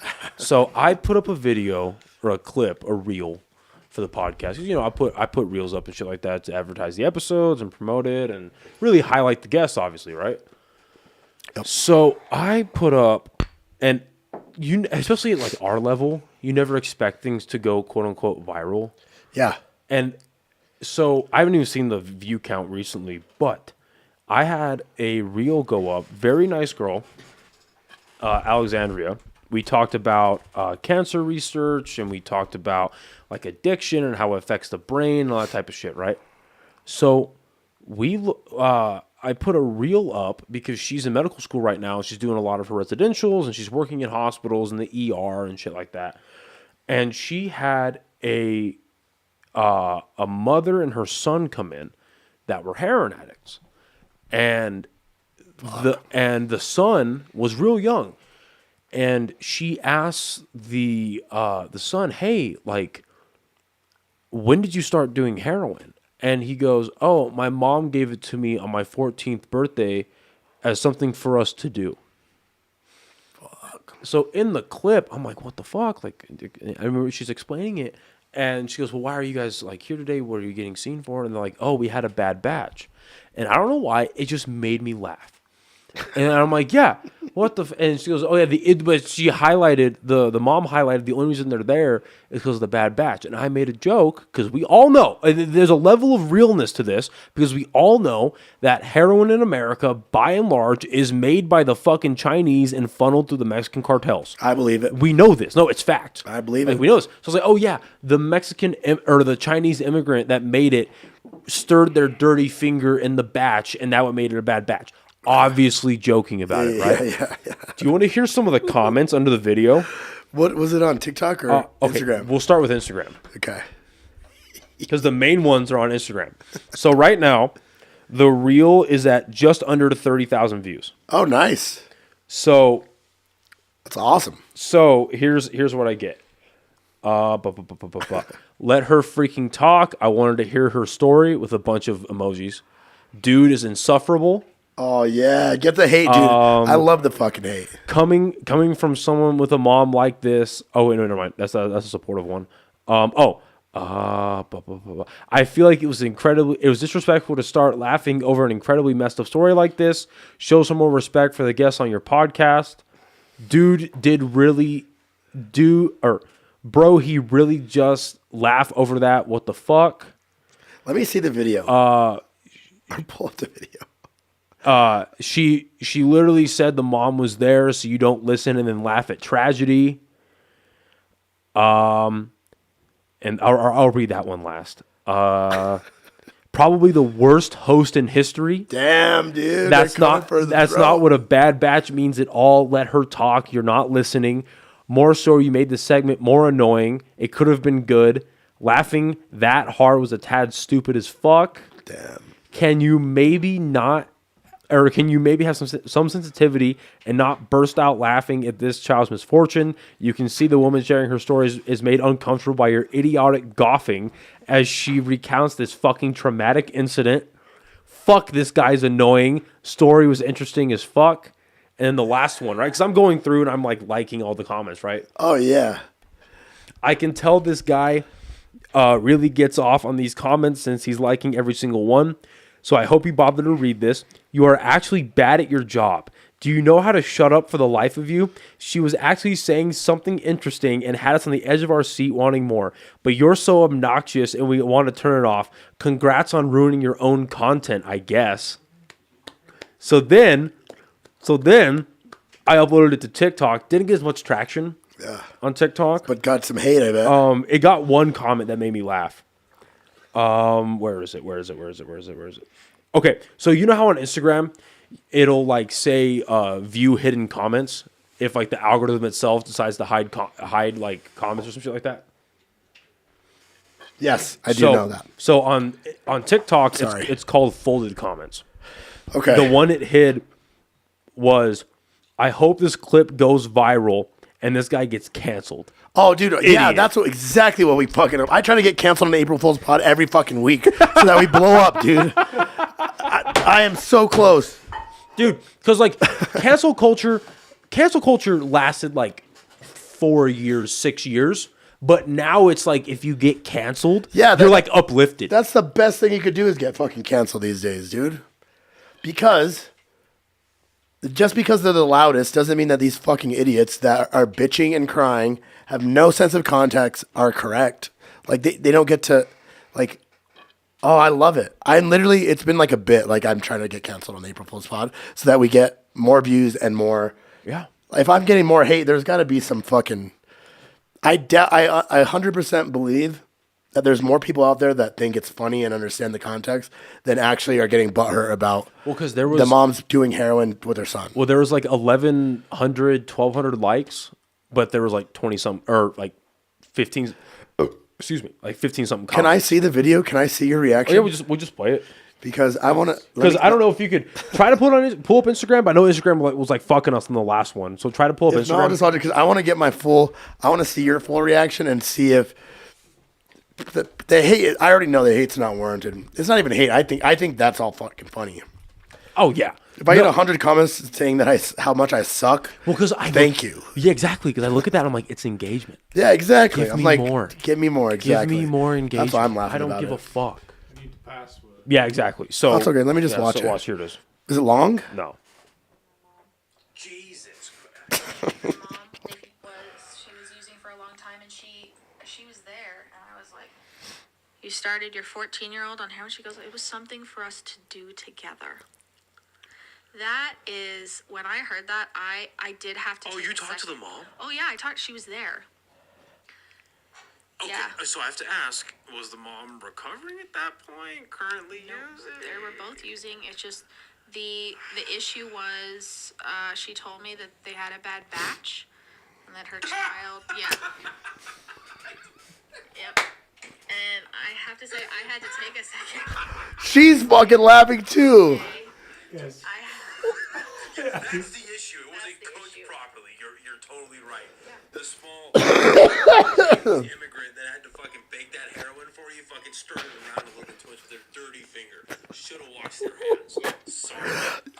Oh my god. My brother, he... Dude, that's fucking fine. That's hilarious. What? That's fine. Let her talk. They didn't even watch the whole episode. They watched the fucking clip and they wanted bitch. Well, that's fucking hilarious. No, let me see it. So then the insights. And you're a great host. I will say that. You're a fantastic host. I haven't even tried to do what you do, dude. To actually host multiple guests. So fuck them. Thank you. Yeah. And she probably didn't take any offense from it, right? No, of course not. Alexandra's a sweetheart, and dude, and she's the type of chick like that was the first time her and I like actually met in person. Really? Because she got referred to me because we had mutual friends. She's not just a medical student, but that's how. Yeah, well, because she got referred to me by two people that had on the podcast. One of them hit me up, was like, "Hey, this would be before they even came on. Like, hey, I don't know if you take guest like referrals or whatever, but like this is somebody you should have on because we had her on our podcast. She's really good, all this stuff, right? So that was the first time her and I met. But like right off the bat in that episode, I could tell like this is the type of chick that would tell you what's up, to your face, and she seems like cool and chill. So she's not gonna. So it tells you the average watch time. Oh yeah, and it's a pretty good pool of people considering that like. There's 28,000 plays on it, right? Damn, that's good. So the average watch time of those 28,000 people, 30 seconds. 40. Yeah. Give me a fucking break. Yeah, go fuck yourself. Yeah, keep watching it. Share it with your friends. Send it to 10 of your friends on how shitty of a host I am. Yeah, keep please. sending it. Yeah, please, literally, please bleed the fucking feed with it, dude. And it's still getting like likes and shit. So it's like okay, that's awesome, dude. Yeah, like please give me more hate. I'd call that viral for sure. That's awesome. Like give me my fucking. Oh, dude, if there was a fucking clip, there was a clip of me of Benito, and it was probably last year. There was a clip of Benito and I. We were talking about natives or something, and I was like, oh yeah, they can just make up whatever names they want over there, like give the names to their kids, like ridiculous names or something. I don't remember the context. I don't even remember what I said. But then we got up like it got shared a bunch, and it was one of our most interacted with videos. People were like, this is actually so insensitive of natives, and we actually get our names from this and blah blah. And I was like, this is, first of all, you don't even she's like, you don't even follow us. You don't watch our content regularly, and you're just coming on this one little video to bitch. Like, keep it coming, please. Well, it's like that. I don't care. So all of that. I love it. I didn't even, and I have to hold my tongue to like bite back with him because I want to just go out the fuck off. And Benito's like, just don't say anything. And I'm like, fuck, you're right. Just let him go off because I want to interact with everyone, which is you can't. Well, you can't. But like the best thing to do is just like it and move on. Yeah, that's just be petty as fuck. Well, it's just acknowledging and just move. And then again, it's like or no, liking it is like because here's fuck you, but the quickest fuck you, and I'm out. Yeah, because here's the thing too, right? So, you clearly, if you're commenting that, you didn't watch the full episode. Yeah. You don't really give a fuck that You don't know who we are. You don't know that we joke around. You just don't want to grandstand. And then also, if you are coming to a let's be real. Let's be honest. If you're coming to a podcast like one of ours for legitimate information, like shit you need to like stake. And that is not like, don't get me wrong. No, that is not like nobody comes to our podcast for fucking politics and how to save the world, dude. It's a like that's not discounting any of the guests that I've had. Any of the guests like if I've got a guest on the podcast like her, where she is specialized in the things we're talking about. Listen to what she is saying. Like the guest. Listen to the guest. Don't listen to my stupid ass. Yeah, exactly. I'm the arbiter for the crowd. I am here to pull the information out. Exactly. Listen to the information. A, yeah, man. Okay. And then B, I'll be, and I say this all the time because it's the fucking truth. I'm blessed. Okay. I'm blessed. I have an amazing circle. I have an amazing group of friends, and I love all of them. No, for real, right? I've got an amazing group of friends. For better or worse, they know exactly who I am. Yeah. The moment that I get real criticism, which I have in the past, I get real criticism from them. I was gonna say That's where I'm like, okay, I'm gonna take this to heart. that's what matters. Maybe I am being an asshole in this situation. Maybe I was Inconsiderate. maybe I was a dickhead in that situation. Yeah. Whatever. Some random fucking chode. Yeah. I don't care. Some fat Annie in her pajamas, dude. I don't give a shit what I'm you just think here- about fucking this heroin addicted 14-year-old. Yeah, Or about Native Americans. We're here. No, You're for real. white. And you're clearly making a fucking joke. Like you think I'm gonna sit down with someone of whatever joke I made and then like talk like will I joke to their face? Yes. Will I talk shit? Of course not. And the only reason I'll make a joke is if they're fucking making a joke. Or if you know that, like, you're self-aware enough to know that you're not going to say something fucking out of line that's really going to offend somebody. Exactly. You're doing this helps kind of with that self-awareness to where you know what you like, kind of what lines you can cross and how far you can take things. Exactly. Even outside of, like, I kind of struggle with this sometimes because I kind of feel like maybe at work or around a lot of people that I can say things that I say around my friends or around people like us that, like, usually most people will know that it's a joke and if you understand that joke, either it's an intelligence thing or not being egotistical or narcissistic or whatever. Well, it's just how well you know each other. Yeah, like I could get away with that. And then if you can kind of gauge it, especially when you're on a one-on-one conversation on camera with somebody, you kind of know where I can laugh in someone's face about something and if she's going to take it, how she's going to take it. I feel like you kind of can gauge that. And if you don't, then you like, oh fuck, that was a mistake. I'm sorry. You can apologize, but it's Well, no, exactly. And why are they coming to her defense when they don't even know her or you, and they don't know the context, or they don't know how she was probably fine with the whole thing. And then to add context, I forget if she said it on camera or before. She acknowledged it at the end of the episode. I know that, but like I don't know if she said it beforehand or like off camera when I was setting things up. But she's seen the podcast. Like she did when I booked her, because I book at least.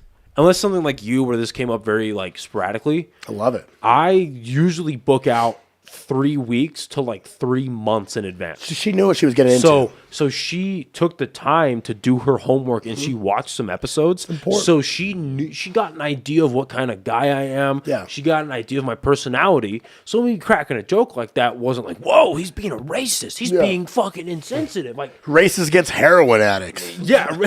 Fuck. Let me say this: you were being insensitive, but who gives a fuck? Yeah. Like that's the point. Who gives Fuck. a shit? Who's the sensitive police? Right. Fat Annie on the Instagram? Like even if I was being insensitive, who cares? And yeah, dude.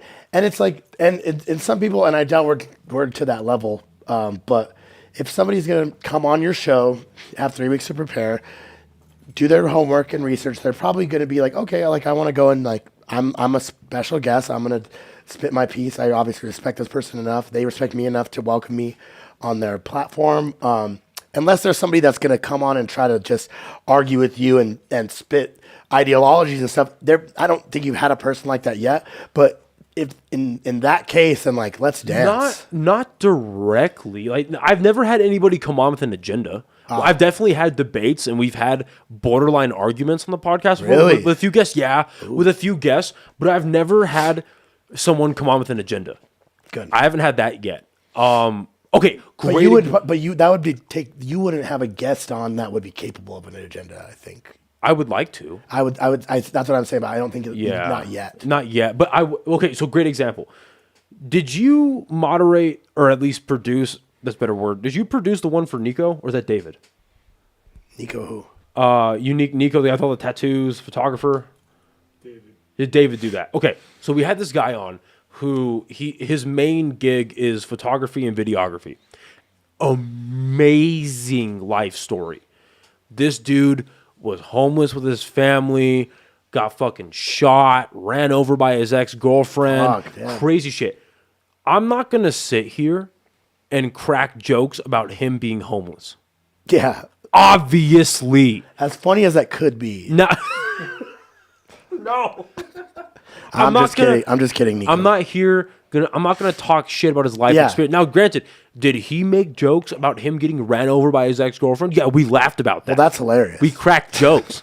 But I'm not gonna sit here listening because he opened up. Like props to where it's due, credit where it's due. He opened up about his life story. I'm not gonna sit here like, "Oh, you were fucking no." Yeah, of you know course you know how to not. gauge it, and you're just like self-awareness Again, at its not finest. to, like you were saying earlier, like not to stroke my own ego or anything, but I've done hundreds of hours of this. Yeah, Hundreds. I have a decent idea of how to gauge a conversation and where this is going and what lines I can and cannot cross with people. Hey, how to read a room. Yeah. and that's Exactly. Well, and I've said self-aware like probably fucking 10 times, so I'm gonna stop saying it. But like, yeah, reading rooms, the same thing. I don't think it's something that. I think it's something that I'm very good at. Not to stroke my own ego again. I think sometimes I do get too comfortable in doing it in certain situations, but I easily know how to read a room very quickly. I don't think that's something that you can learn really, because I think it's something that you either have or you don't have. I don't know how you get that quality. It's social exposure. But so, like but to I did feel, yourself. Mind if I interrupt? yeah, no, not at You all. can learn it because I was really bad at that when I first got in the fire department. Okay. And then being at a bunch of different stations, a bunch of different personalities, it's exposure. Social I exposure. learned But- how to read the room better and be like, okay, this is now a good time to. Oh, here's a quick little bit. I can make a joke or tell a story or something. I agree with that. I think that you yourself already were like capable of doing that, and you just had to be like exposed to it and learn it. I think that there's some people that are incapable or closed-minded enough to not even like attempt to learn that, or like I feel like there's a certain capability to that. And I meet these people all the time that are just so like completely lack self-awareness, don't understand how to read a room, and maybe they haven't been exposed to it enough. But if they're close to our age, like, Oh, I got a good example of this. like it's just like I think that you were always capable of it, and you just learned how to do it. Yeah. So I went to an open mic like 3 weeks ago or so maybe. And this guy gets up there. His opening line. I can already feel it. Is I'm not homophobic. But I understand the hate. Now listen, that's a funny line. If you know how to follow that up, that could be really funny. But you know what he did? He kind of just left it there. Oh, but that's also kind of fire. But he left it there, did nothing with it, bombed 2 of his jokes, Oh, dude. circled back and was like, hey, remember how I said I hate gay people? Well, it's not that I hate them, but and then bombed that. So you're Dude. leaving the room thinking fucking you're actually awesome. kind of homophobic, which is not what you want. Dude. It's like, yeah, learn how to read a fucking room. Yeah. Like Theo Vaughn said, and this is kind of a dicey one, but on his show last year, he was like, yeah, y'all, I'm just trying to figure out if I'm racist or not. He's like, I don't think I am, but like sometimes I have flare-ups, like in traffic, or sometimes like every couple months, like I have a flare-up, and what I do is I just go to he's like, every time I think I'm about to have a flare-up, I just go to like the local Boys and Girls Club, and I hop in the pool and go underwater for like 45 seconds and just rip every slur that I'm about to flare up. And then I'm good for like the next 6 months. He's like, but yeah, I don't think I'm racist, y'all. I was like, That's so fucking stupid. I was like, it's so stupid. But like, underwater racism, dude? Nobody hears it. All right, Did a tree fall in the woods? Did you hear it? I got a question for Did a you. slur happen underwater? So talking about reading the room, but in a different way. Something I've been curious about your podcast is because, like, I love my friends. Yeah. I love you too, bro. So how often outside of the podcast? This is leading to my main question. How often outside of the podcast do you and Benito hang out? Up until probably the second half of this year, it was a lot. Like probably 2 or 3 times a week. We do. We would hang out a lot. There's been personal things with both of us, different life changes that have happened. Yeah, life happens. Yeah, dude, it's been a busy probably second half of the year, but a lot. Here's why I ask. Again, I want to preface this by saying I love my friends.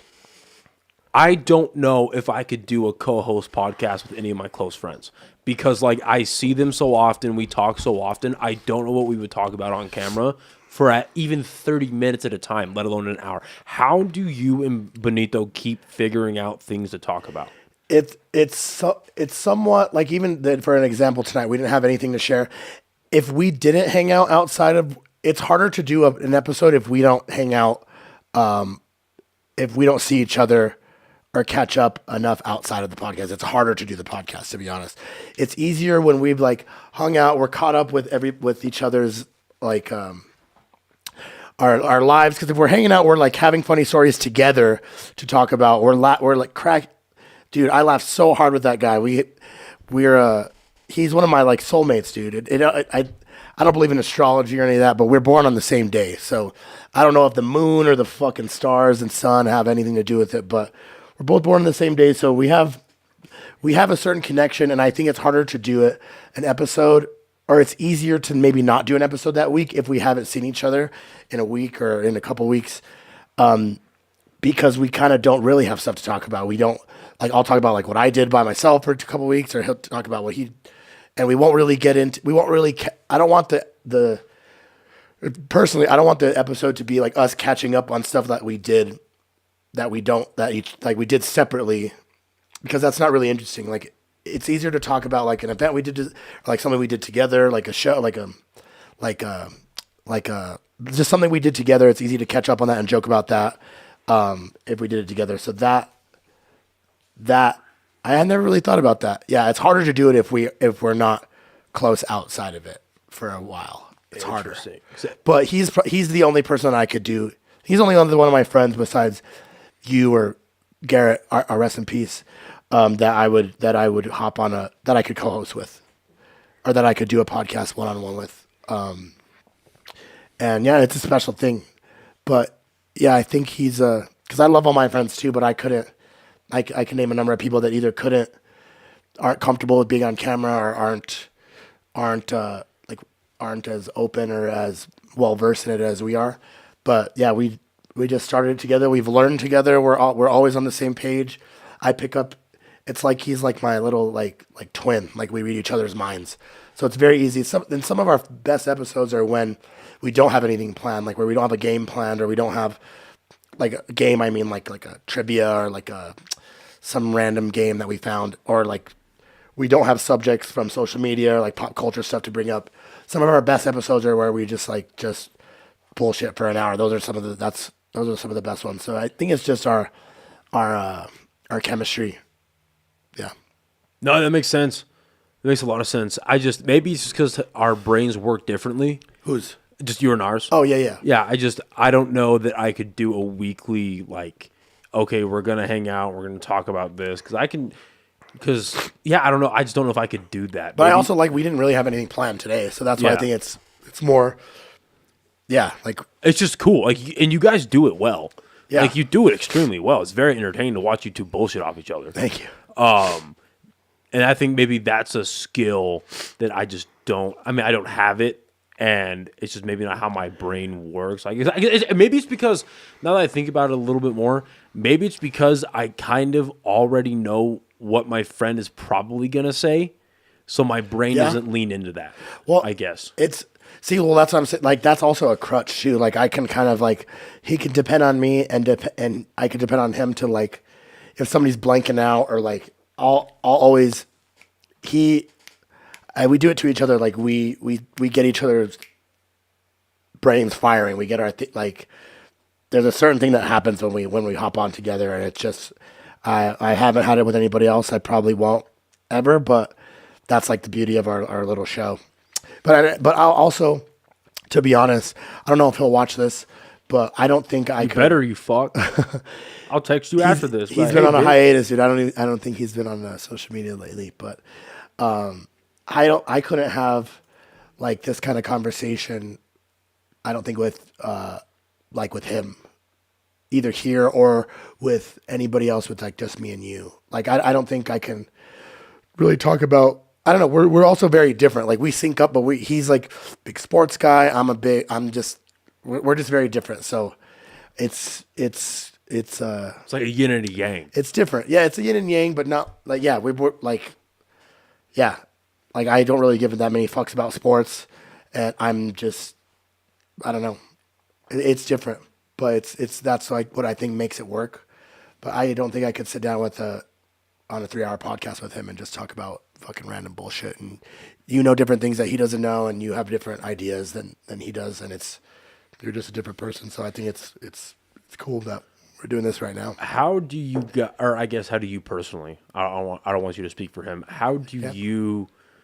How do I word this? What do you feel like your role is in the podcast when you guys have a guest on? The guests are the hardest part. My role, both of our, it's hard, dude. Because I will admit that we probably haven't. Because let's start it with this, I guess.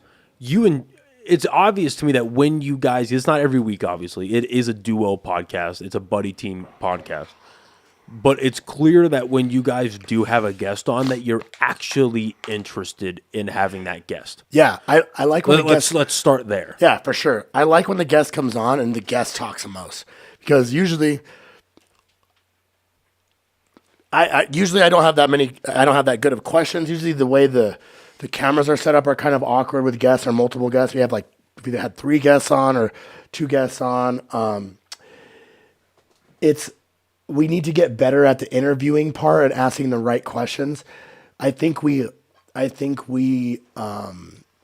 double down on our ability to like hang and like be able to kind of like have a conversation. We kind of like lean on that too much instead of being like more prepared on asking like good substantial questions.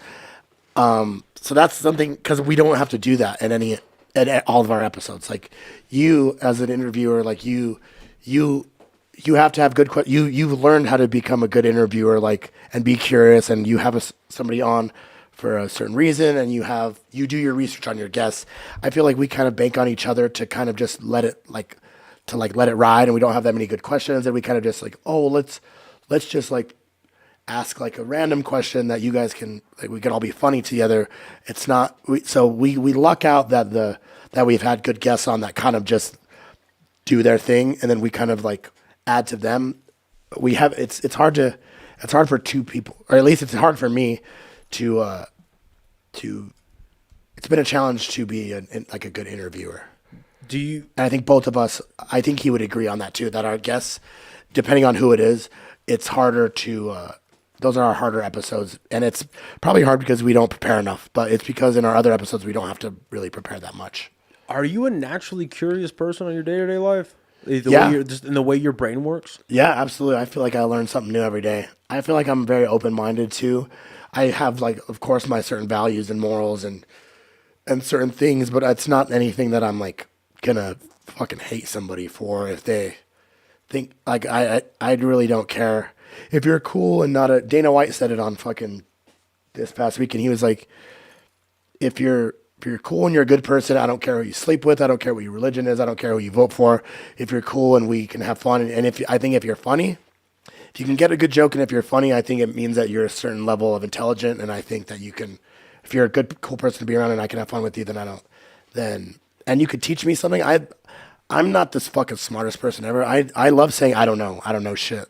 Like I say that every day. We say that on the podcast regularly. Like, also, we don't know what we're talking about. Like, we're not there to give people fucking stock advice or fucking like life advice. We're there for like a mental vacation to like have you escape and like laugh at stupid shit, you know?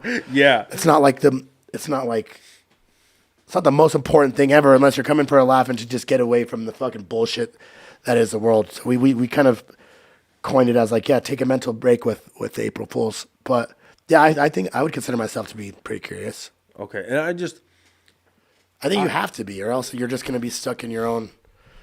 If you think that you know it all and you think that you've got it all figured out, then I don't you already think lose. that if you're not a naturally curious person, I don't think that means you know it all. I think that means you have a general indifference, maybe. Yeah. Maybe. And I put a strong maybe on that. That's fair. But what I would, because in my experience with the podcast is like, I do preparation, kind of. Okay, so, and I'll bring up her again because that was definitely one of the guests that I've had where in their specific field, they just took me to school so hard. She outranked you. Oh yeah, because she's just so Alexandria was just so knowledgeable and so smart on the specific things we were talking, because she's literally going to school for it. And that you didn't know, all like, that, you couldn't hang. Right. Really. Well, it's not that I couldn't hang. Like, I couldn't combat her. Like, I couldn't. Yeah. I didn't want to. Yeah, yeah. You know what I mean? Like, I didn't want to. Like, whoa, did you ever think about, or what if this? No. Yeah. So I was there and I always treat it this way. And this is advice that I picked up from Rogan, both passively in the way that he interviews, but also him verbally saying it. I forget what episode he was talking to somebody, but I remember him saying, like, and this kind of changed the way I looked at podcasting with a new guest, specifically a new person I'd never met before, right? Yeah. It's like, I need to kind of remove myself from my own knowledge where, regardless of what the conversation, what the topic is, I have to intake their information and I have to look at it 50-50. 50% of, okay, what am I curious about? But then also, if I was a audience member watching the podcast, what would I want to ask the person? And then take it a couple steps further, right? So that not only are the expectations of the audience being met, I'm exceeding them, right? I'm giving them more than they asked for in a good way, right? And so the reason I bring that up is I have found, and I'm very blessed for this, the way my brain works is that when people speak, 9 times out of 10, especially because, like, with this, like, with the exception of us having to look random things up on our phones, or which is rare, right? Yeah. Or us, like, looking up, like, the reel that happened on Instagram. Yeah. This is, without a doubt, the only time in my life where I'm sitting with somebody, or in general, just sitting, not on my phone. So we're 100% locked in, right? So in that, I am able to 100% intake what the guest is saying. And 9 times out of 10, there are things that people unknowingly highlight, or they repeat, or they put a little more like inflection in their voice on something that they want to talk about, even if they haven't said it yet. So I can dig into that, ask those questions. I don't have pre-prepared questions. You can recognize that. Yeah, I don't have pre-prepared questions. I don't have a script that I go off of. I just like, okay, this person's coming on about fucking heroin addiction in the brain. This person is coming on about fucking music production, or being a singer, comedy, being a model, being a Christian, like what a person I'm looking forward to have back on. I need to book him for next year. But my buddy Sean, he worked for 8 years at Calvary, working in apologetics, where literally his entire job was to work in the church and be like, okay, these people are coming here questioning their faith, and I have to prove them, or prove the faith correct. Yeah. Right? So it's like, that was That's a good, I would love to watch that episode. Well, I want to have him on again, because my interviewing skills, I can recognize this. My interviewing skills have gotten better since then. I'm sure. But then, like, because I was so, like, you were there for that. I was so underprepared for that episode. And the wealth of knowledge that he brought. Like, cool. So having shit like that, and because there's a lot of times, like, the guests can talk for a long time and they can really, like, hold their own, so that's nice. But it's also like, what can I recognize in their speech that is worth digging into? Yeah, you know what I mean. It's a skill, dude. It's a skill.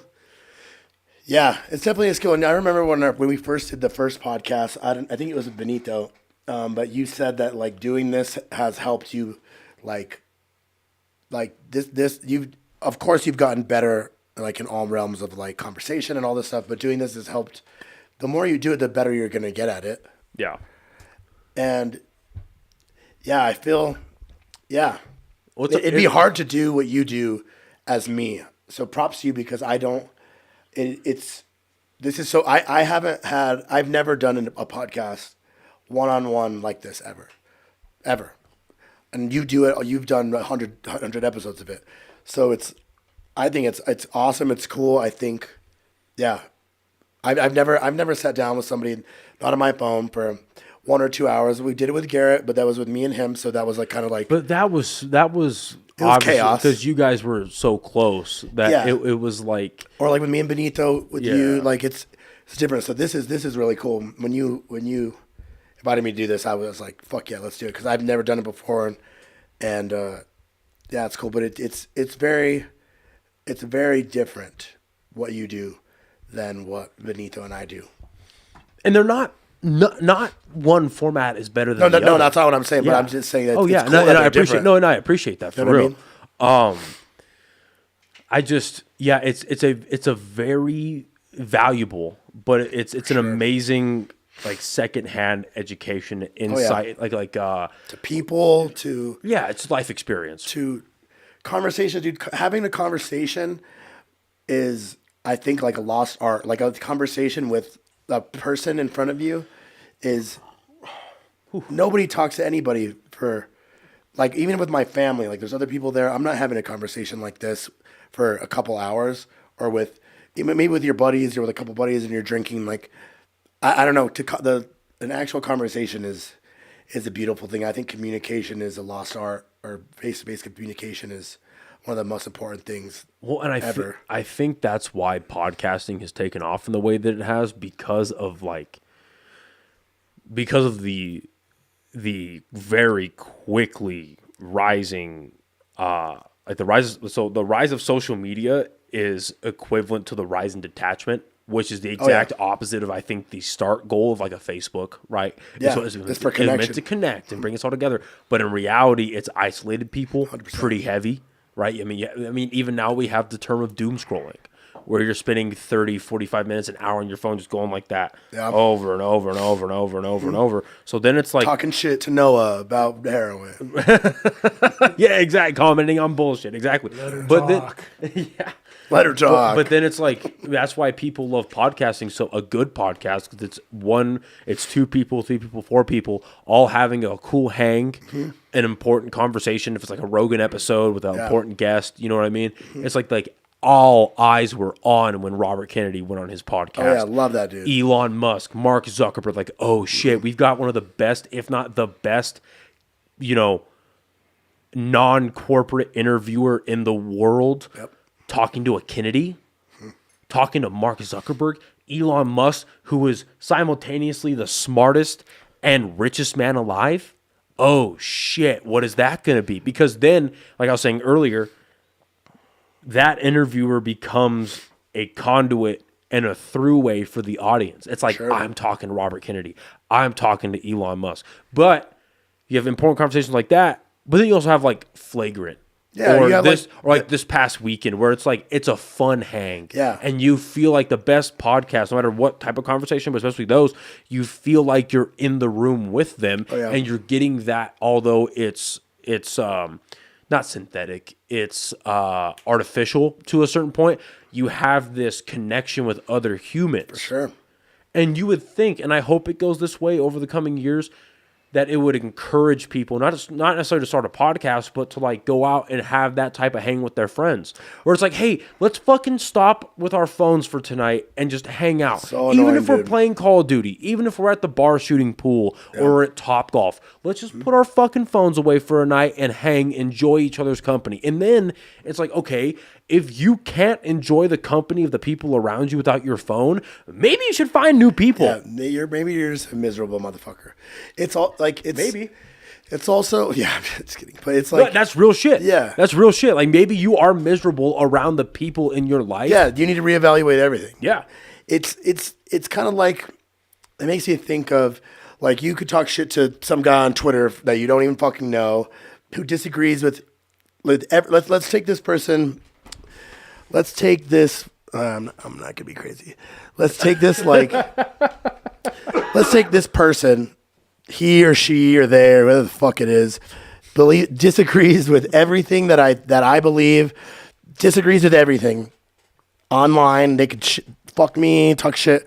It disagrees with every single thing that I believe in or whatever, and we hate each other online. I guarantee you. And honestly, maybe not. Maybe I can't guarantee this. But it's a lot. Let's say I went and got a beer with them or sat down with them and had a conversation with them, and we went and got a beer.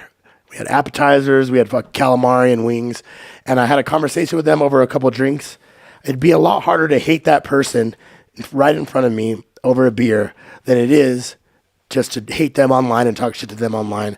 Not just completely detached from reality. It's a lot harder to hate somebody or to dislike somebody that you may think disagrees with everything that you stand for. It's a lot harder to hate them when they're right in front of you over a beer. And I feel like that's rarely happens. Joe Rogan does that very well. He invites people on that he can question, can challenge. He'll listen to the retort and doesn't get into stupid ideological debates. He asks them questions like, well, why do you believe that? Like, where does that come from?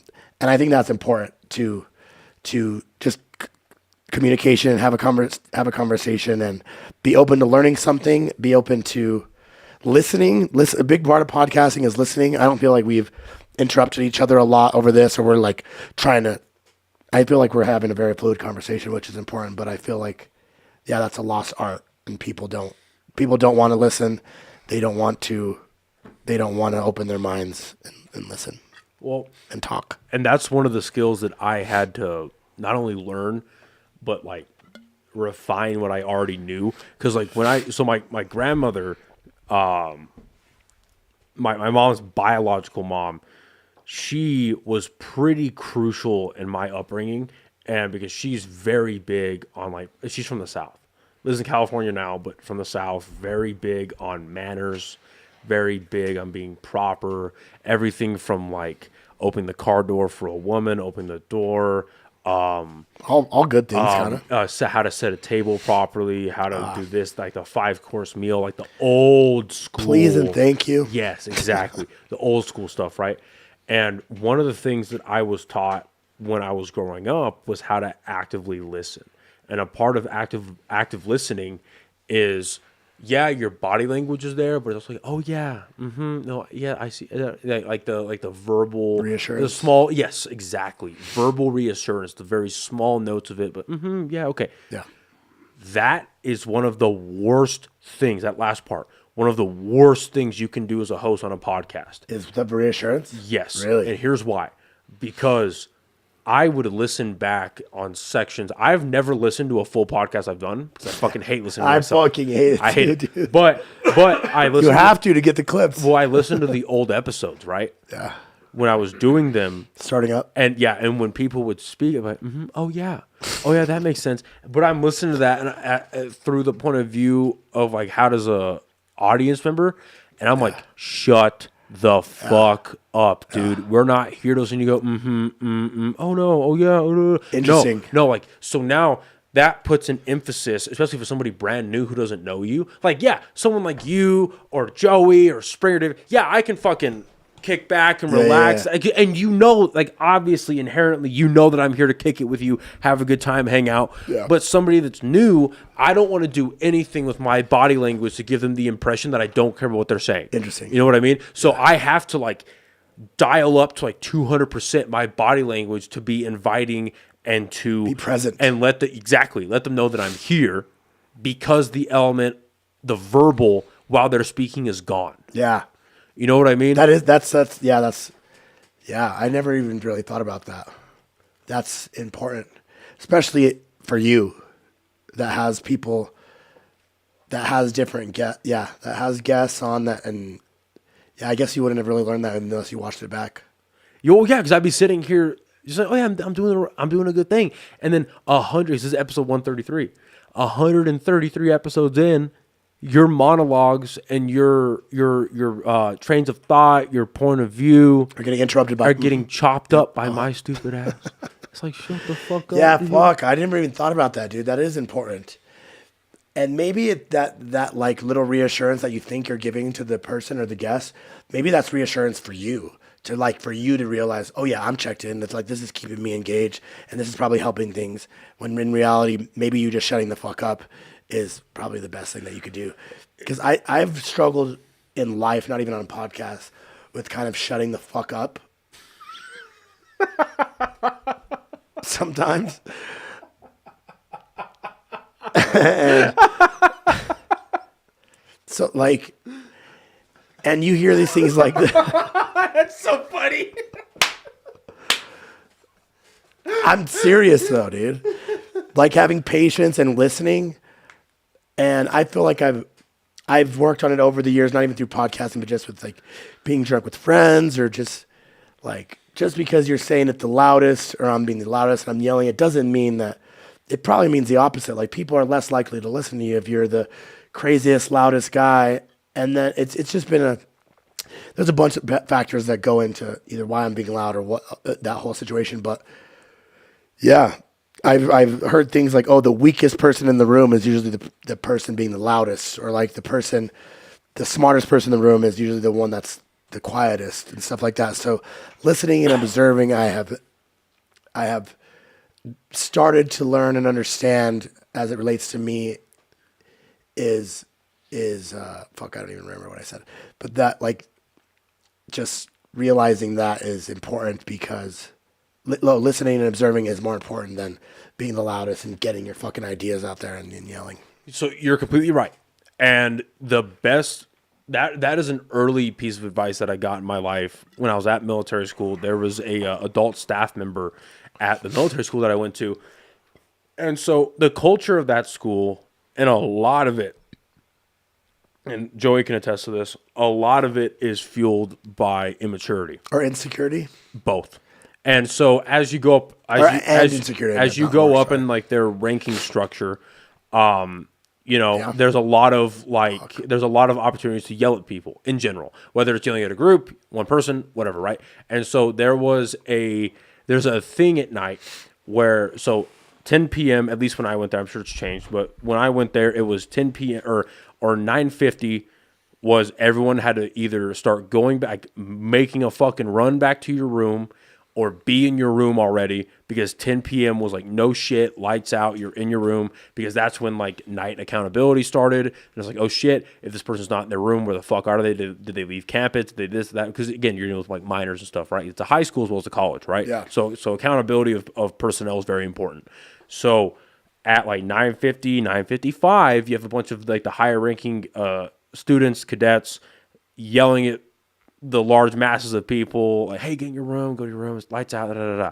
And I was fucking nerds. Yeah. Well, I was that, and when I started out in that higher ranking structure, I was that guy because I'm naturally very loud. So I was same, dude. So I was gifted with that, and then I leaned into it a lot when I had first started up in that higher ranking structure. And one of the best pieces of advice that I got was from this guy, and most of the adult staff are retired military. Was this, right? Sorry to interrupt, were you, at this point, where were you ranking? Were you one of the cadets going to bed, or were you the one yelling? Yelling. Okay, gotcha. Yelling. Sweet. And so this guy was a retired lieutenant colonel. He did like 25 plus years in the Army, all this kind of stuff. Very, very soft-spoken, interesting, peaceful guy.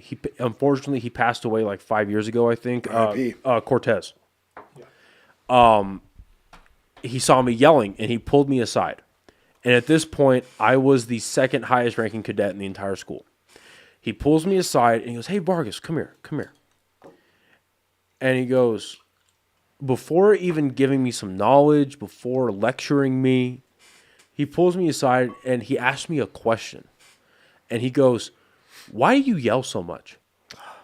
I didn't have a good answer. And the only answer I have is like, well, that's kind of like the thing. So I figured that's my thing. He goes, okay, let me give you some advice. He goes, years and years ago when I was a private first class in the Army, and he was an infantryman. He goes, my team leader, he's a sergeant. He had every right to yell and scream. And this is back in like the 70s or some shit, right? So old guy, right? He goes, yeah, back then he had every right to like yell and scream and all this stuff at us. But he never did. He was hard on us. He was strict. He was stern. But he was always very hard with his instruction, but he never yelled. But then, when he did yell, we knew that it was like real. Like it was imperative, that it was crucial, and it was a no shit situation. And he goes, you should really apply that to your leadership style. People will like you more. People will respect you more. And he goes, this is what stuck with me. He goes, most importantly, you will make your voice valuable. Yep. And I was like, and in the moment, I was like, what? And I didn't say this, but in my head, I was like, what is he talking about? That's fucking stupid. But then I went back to my room that night and I was thinking about it and I was like, man, he's right. My voice, and I'm like 18, I think, at this point. Very young, stupid, a baby, idiot. a baby, A fucking retard. yeah, yeah, for real. But at the time, I was like, oh, like my voice, not just in these aspects of, or not in just like the setting of a military school, my voice in life is a currency. I should use it wisely. Don't spend it all the time. Dude, that's speaking fucking facts. So so I have So that, true, dude. So I have that in the back of my head when I'm doing a podcast. Yeah. I use my voice wisely, and I use it to the best of my ability to pull the information that I need out of my guest. Yeah. Dude, that's beautifully said. That's so true. It's kind of like, like if you're yelling all the time, like nobody's going to, like when you actually do yell and it actually is important to everybody, they're going to be like, well, he yells all the time. Why the fuck would he listen to him now? So that. But that, and like, I guess it's mostly in my personal life. On the podcast, it's different. But like when I'm drinking and stuff, like that's I would say a big. We'll extrapolate that to a podcast, right? It's like. Yeah, but on the podcast, I don't need to. Not even yelling, but it's just like people are there, in my opinion anyway. Like they like you to come back to the podcast, but they're more interested. Like, they're watching the specific episode, especially like at our level. They're watching the specific episode for the guest. They can pick any episode and have you. For your show. But they can, yeah, exactly. But they can go to your guest and like, oh, I want to hear what they have to say. Yeah. So they're there for them. Yeah. And they want you to pull the best out of them. And when you do have guests, right, they want to hear what you say from that, or what you pull out of that guest. So let the guest speak. Yeah, 100%. Don't cut in. Don't like that. I think, oh, this happened, and then in my life, I know. Your life is great, and I'm sure you'll get to that. And we already know about you. Mm-hmm. Like, I don't think that's an issue with you, dude. I think you're doing great. I can give you more praise and props. But like it's like with Bert Kreischer, even with Tom Segura, like it's like a bit that Bert can't shut the fuck up and interrupts everybody. Yeah. Even with guests, like he's interrupts his own. There was a clip he was like telling a story. He was like, yeah. So Tom, like remember this? And then he was like, wait, hold on. Can you pull up? And Tom was like, you just interrupted your own self. He's like, you just were saying something and then interrupted your own self. Like, I feel like on podcasts, it's very easy. Well, it's Benito. It's very easy for me to, because usually I'm sober and it's a different vibe. Or with you, I feel like we're not interrupting each other a lot. I just interrupt people in everyday life more than I should. And this is something I'm working on in everyday life. So aside from podcasting, because in podcasting, it's not a problem. But then what's also, it ties back to what we were talking about earlier. If you feel like you have a lot to say and you feel like you want to keep talking, dude, that is all the more reason to do stand up. Because then you get to you get to refine it. Because you are the only person on stage. Nobody can fucking interrupt me when I'm fucking up. Well, they can, and they're I'll hecklers. fucking fight them. And they're hecklers, but then you're in control. That's fucking true, dude. You're in control. Stand up. Nobody can interrupt me up there. It's true. We gotta try it, bro. That's a good callback. I'll let. I gotta piss. All right, really bad. All right, let's take a little break. I'm sorry. No, you're good. We'll when you get back. Put a pin in what you're gonna say, though. Yeah. We'll run it for like 30 minutes and we'll kill it. Cool. Yeah.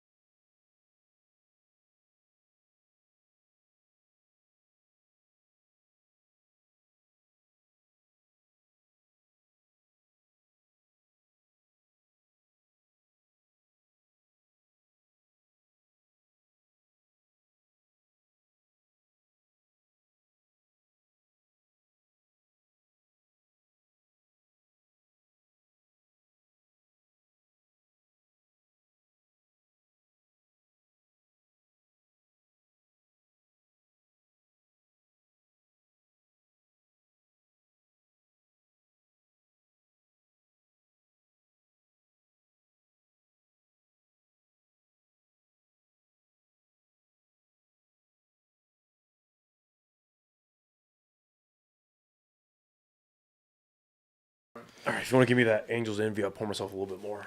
Yeah, dude. This is join yours. the- I'm not going to take it back. I can join the fellas. Oh, thank you. Are we on?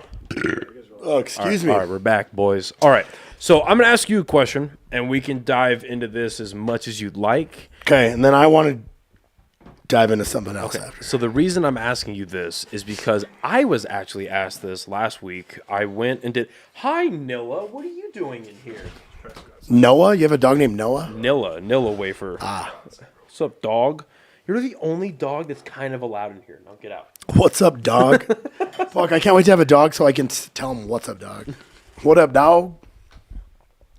Okay, so I'm asking you this because I was asked this, like I said. I did a guest spot on a podcast last week. Shout out to Ray in the People's Cup. Shout out. He got a brand new studio space in his house that he moved into. He had me on again for the second time, and I was his first. Episode's not out yet, but I was the first guest that we did video with, so it was a good time. And he asked me this, so I'm going to ask you. How do you, because we live in a crazy world, life is kind of wild right now. How do you feel you're doing emotionally right now? Damn, dude, we're getting fucking weird, huh? Emotionally right now, at this moment today, and in the past like month, I feel like I'm doing pretty well. This year has been a whirlwind of emotions I've never felt before. I've liked to think that I've had my emotions under control, and that I've usually been okay and can deal with things. I wasn't really a big person, like an anxious person. I'm not an anxious person. I don't think I am right now, but I've felt a lot of things this year that I've never felt before. And that's been hard. That's been interesting to navigate. Right now I'm feeling good. Right now I'm in a good spot. Yeah, different life factors have aided that. But right now, emotionally, I'm good. I feel like I'm a very sensitive person. I feel like I feel a lot of emotions and feel a lot of things all the time. I think as a man, it's okay to be emotional, but it's not okay to act on your feelings and emotions all the time and just give your feelings the power. I feel like it's okay to feel things and be emotional, but I don't think it's okay to let those consume you. But right now I'm feeling good. How do you gauge where you're at? I gauge where I'm at where I'm at in life, or where my emotions are and how I'm feeling. Both. I gauge where my emotions are and how I'm feeling by how I can. That's a good fucking question. Maybe on how I can affect how others are feeling around me, how I affect the people around me. And I work in a kind of a social setting, so if I'm not like this past couple of days have been are a good example. I was like sick as fuck and at work for 2 days, and I was at the bar. As a bartender, you kind of have to be talking to fucking your patrons and coworkers, and I was just not in it, dude. I was not. Nothing was funny. I was feeling shitty. I wasn't laughing at anybody's jokes. I wasn't talking to anybody. And like we were talking, I'm gonna say it again. Self-awareness. I could feel like everybody's kind of mood was kind of down, and the bartenders weren't, or the regulars weren't staying as long because they're like, well, this guy's like. I guess I can gauge that on how like I'm affecting other people, or on. Yeah. And then when I'm back to work and I'm feeling good, like everybody's doing good. We're all having fun. We're making money, and it's a different attitude. So I guess, I don't know. I don't even know if that fucking made sense, dude. Did it? Yes, first of all, yeah. How much importance do you hold the ability to affect other people emotionally? A lot. How important is that to you? A lot. And it's something I'd probably a couple years ago. I'm a people pleaser, I would say. That could be a good thing or a bad thing. in the past, I would focus more on like, oh, if I can make everybody else happy, then like I'll be happy. Like in a room of like at a bar or in like at a party or something, and I didn't really focus on like, oh, like what is making me happy? Is that making me actually happy that I'm making other people happy, or am I just doing it because that's like easy for me, and if everybody else is happy, like it's fine. But it does play a big role on like how I affect other people. Finding out what really makes me happy has been tough, I think. But I feel like I know what makes me healthy is what makes me happy right now is being a good person, being healthy. Going to the gym makes me really happy, whether that's scientific or biological or however that.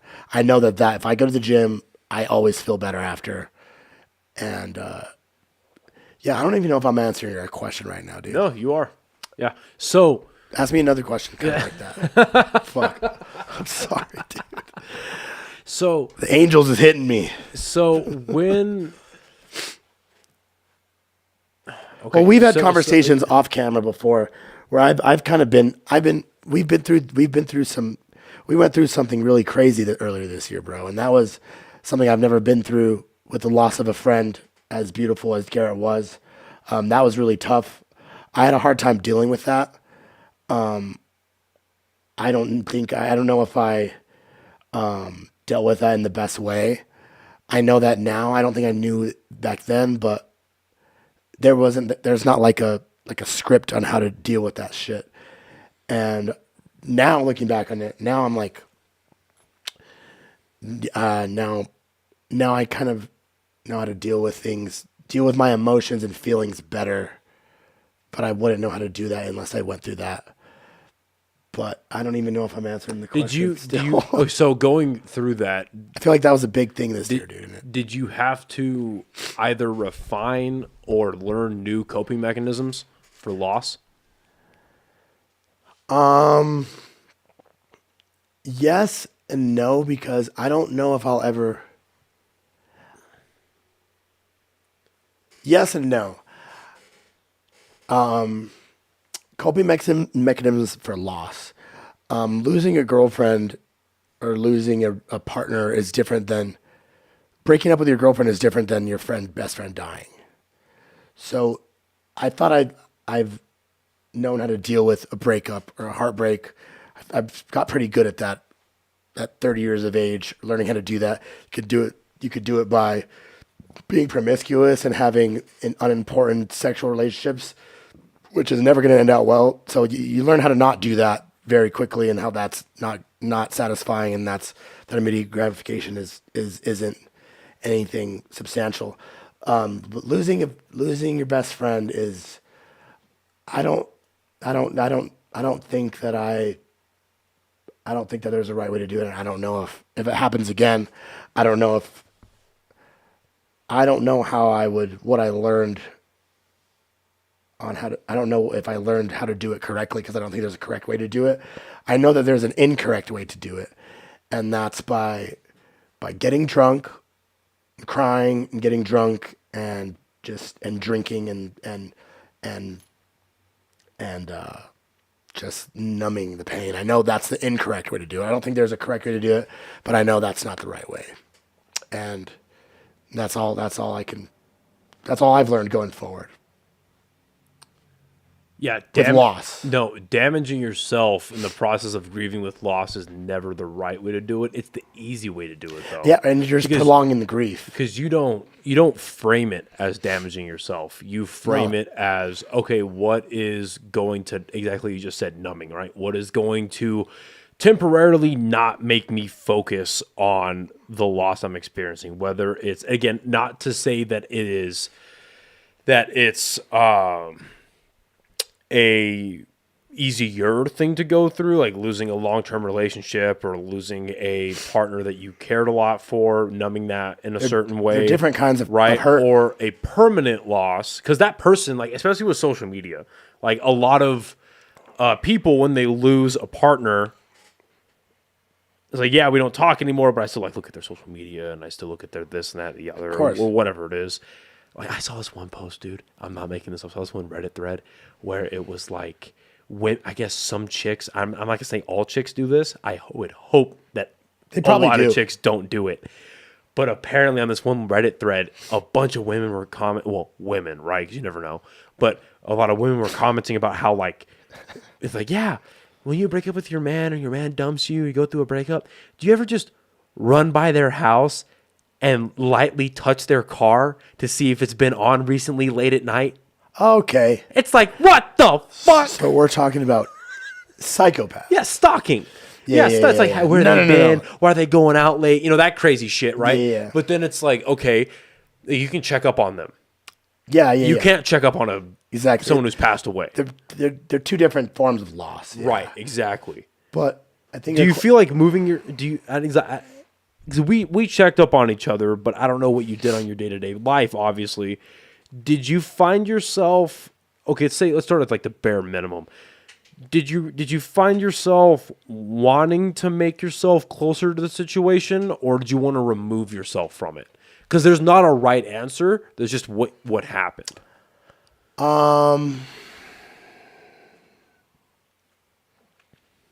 This was in what, July? I thought I found myself wanting to be closer to. No, it was like May, I thought. Right? Yeah, it was May. Fuck, I don't know. Yeah, it was a while ago. It was May. I found myself wanting to be closer to it because I knew that that's what the situation needed. That's what the people involved needed. That's what all of us needed, was for all of us to be close for it right now, because that moment at that time would never happen again. So I found myself wanting to be closer to the moment of the situation at the time. I think I definitely didn't want to separate it from it because it was easier. I didn't want to escape it. I knew I needed to feel it. I didn't know how to react from it, obviously, or obviously. But yeah, I didn't feel like I wanted to escape from it. No.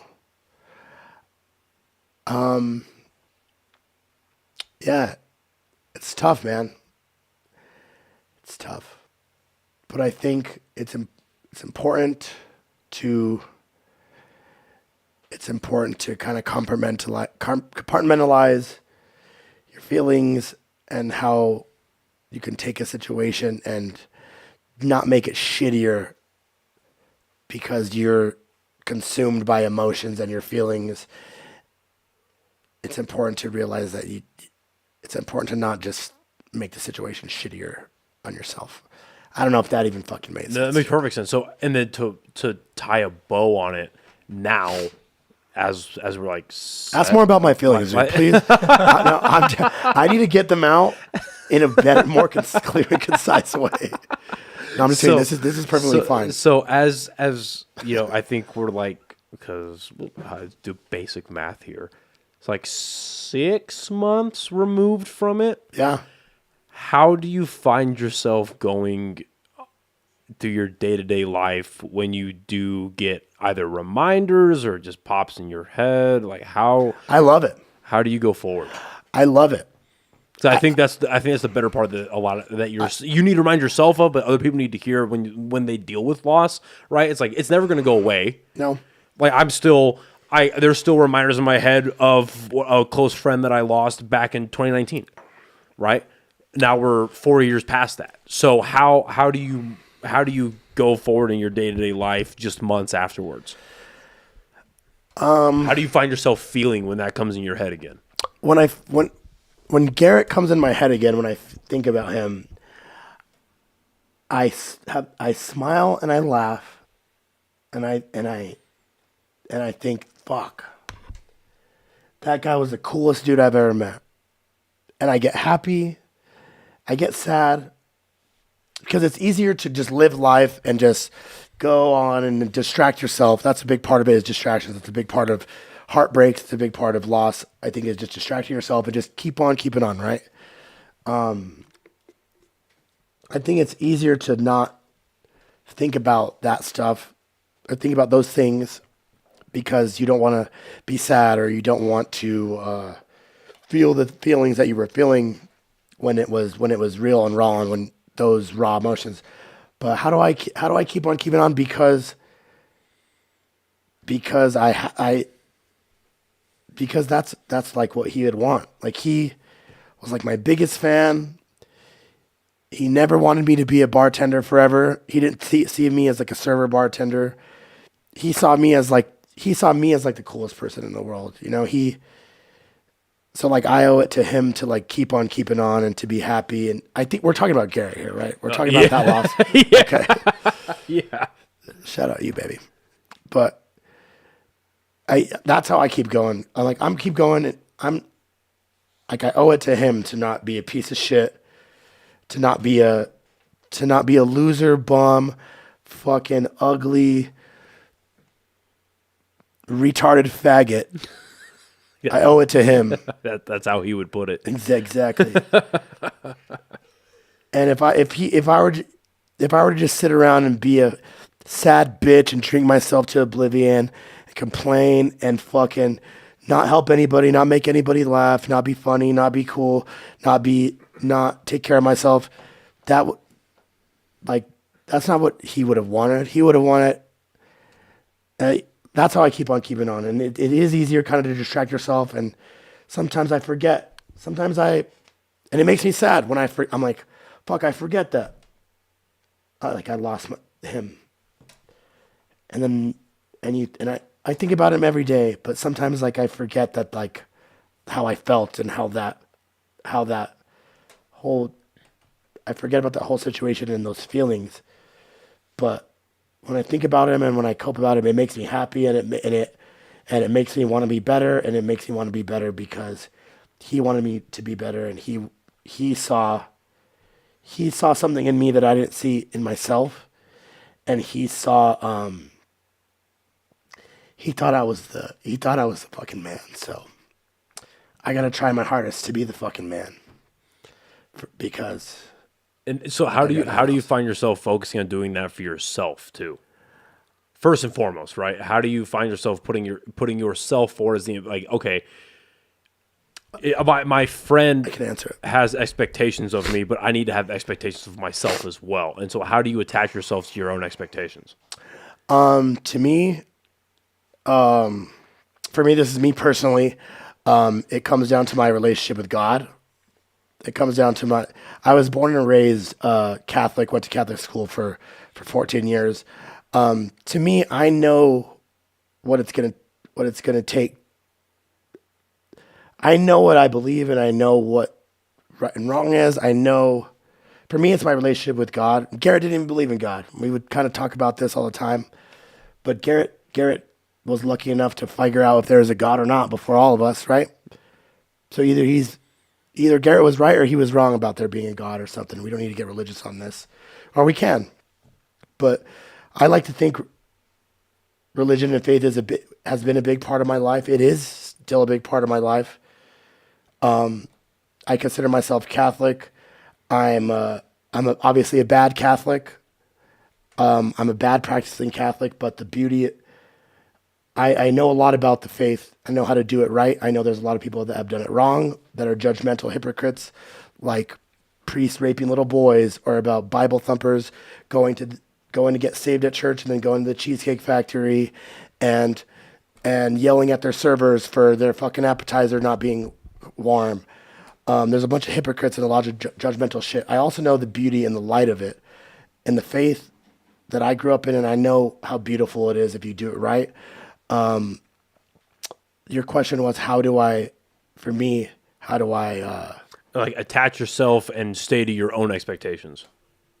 Because the way I do that, the way I have to start doing that is holding myself accountable to God and to myself, and holding myself accountable. I can't just hold myself accountable to myself, because yourself will let yourself slide. Like, oh, it's okay if you do this a little bit, or it's okay if you do this. And I could go on a whole tangent about this, dude. But I feel like how do we not go down this whole tangent? I'm trying to tiptoe around this. Say whatever you want to say. like the faith, right? Like the Catholic faith is the only one that has the sacrament of confession and reconciliation, right? That's where you go to a priest, confess your sins, and he forgives you, and then you do 10 Hail Marys or whatever, right? You're forgiven. That accountability, it's like going to a fucking therapist or paying fucking some chick or some person $1,000 a month, and you go to them and they don't know shit about you, and you just pay them to tell you the problems, and you hold yourself accountable, right? The way I know about the faith is like, oh, let's say I believe that there's magic and you get forgiven, and damn, we take a turn on this podcast, right? I believe that this sacrament is meant to hold yourself accountable. I'm going to say sorry for these sins. I did all this stuff.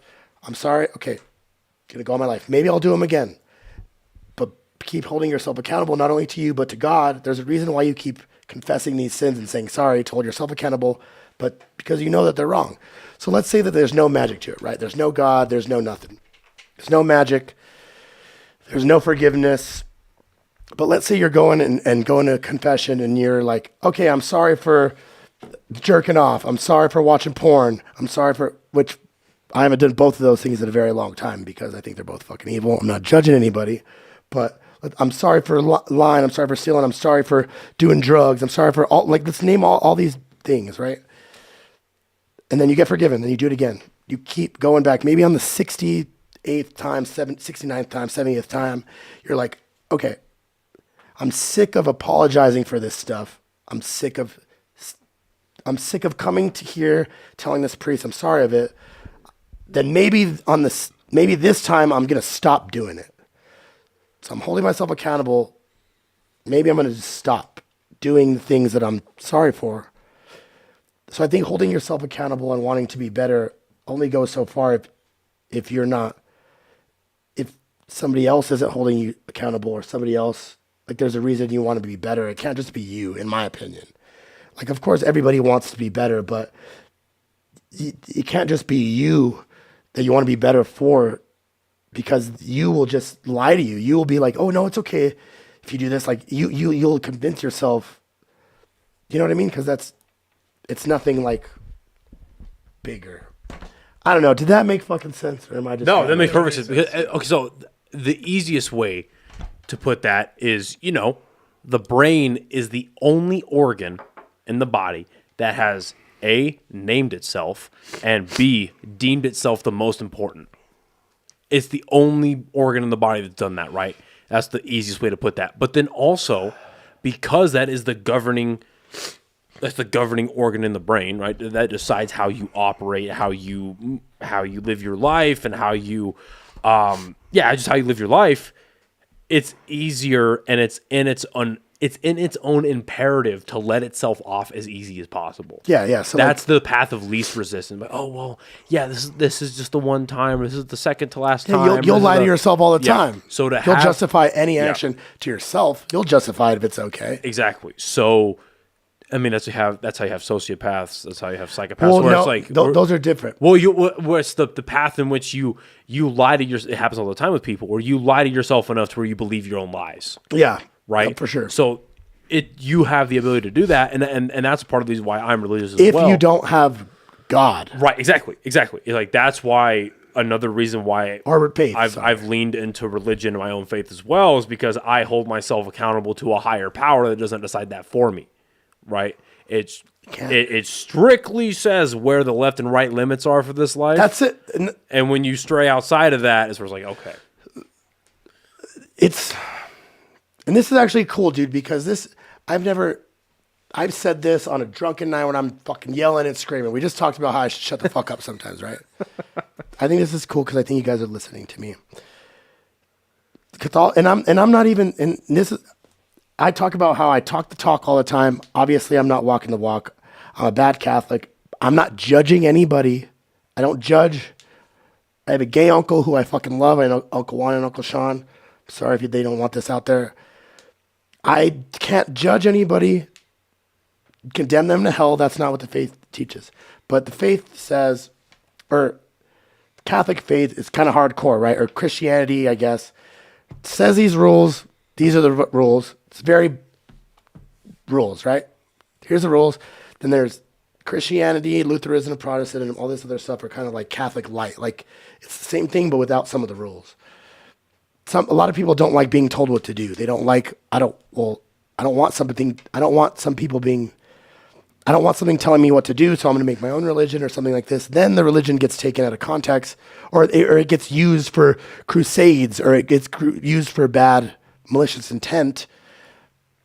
That's not like the traditional beauty and light of it. And I don't know what the next thing I was going to fucking say about it. So you were saying that you don't judge anybody, you're not in the right to kill anybody, but people don't like being told what they're saying. People don't like getting told what to do. And that's why I think other denominations of Christianity have branched out from Catholicism, is because Catholicism is hardcore. It's got all these fucking rules, but it also has the sacrament. The only one that has the sacraments is Catholicism, of reconciliation, of forgiveness. It has that sacrament of hold yourself accountable. I'm sorry for this. Get forgiven for your sins. But let's not have Bible thumper Nico out here, because anybody that's watching this knows Nico is not the best fucking Catholic, and that he fucks up, and maybe they didn't know he believed this.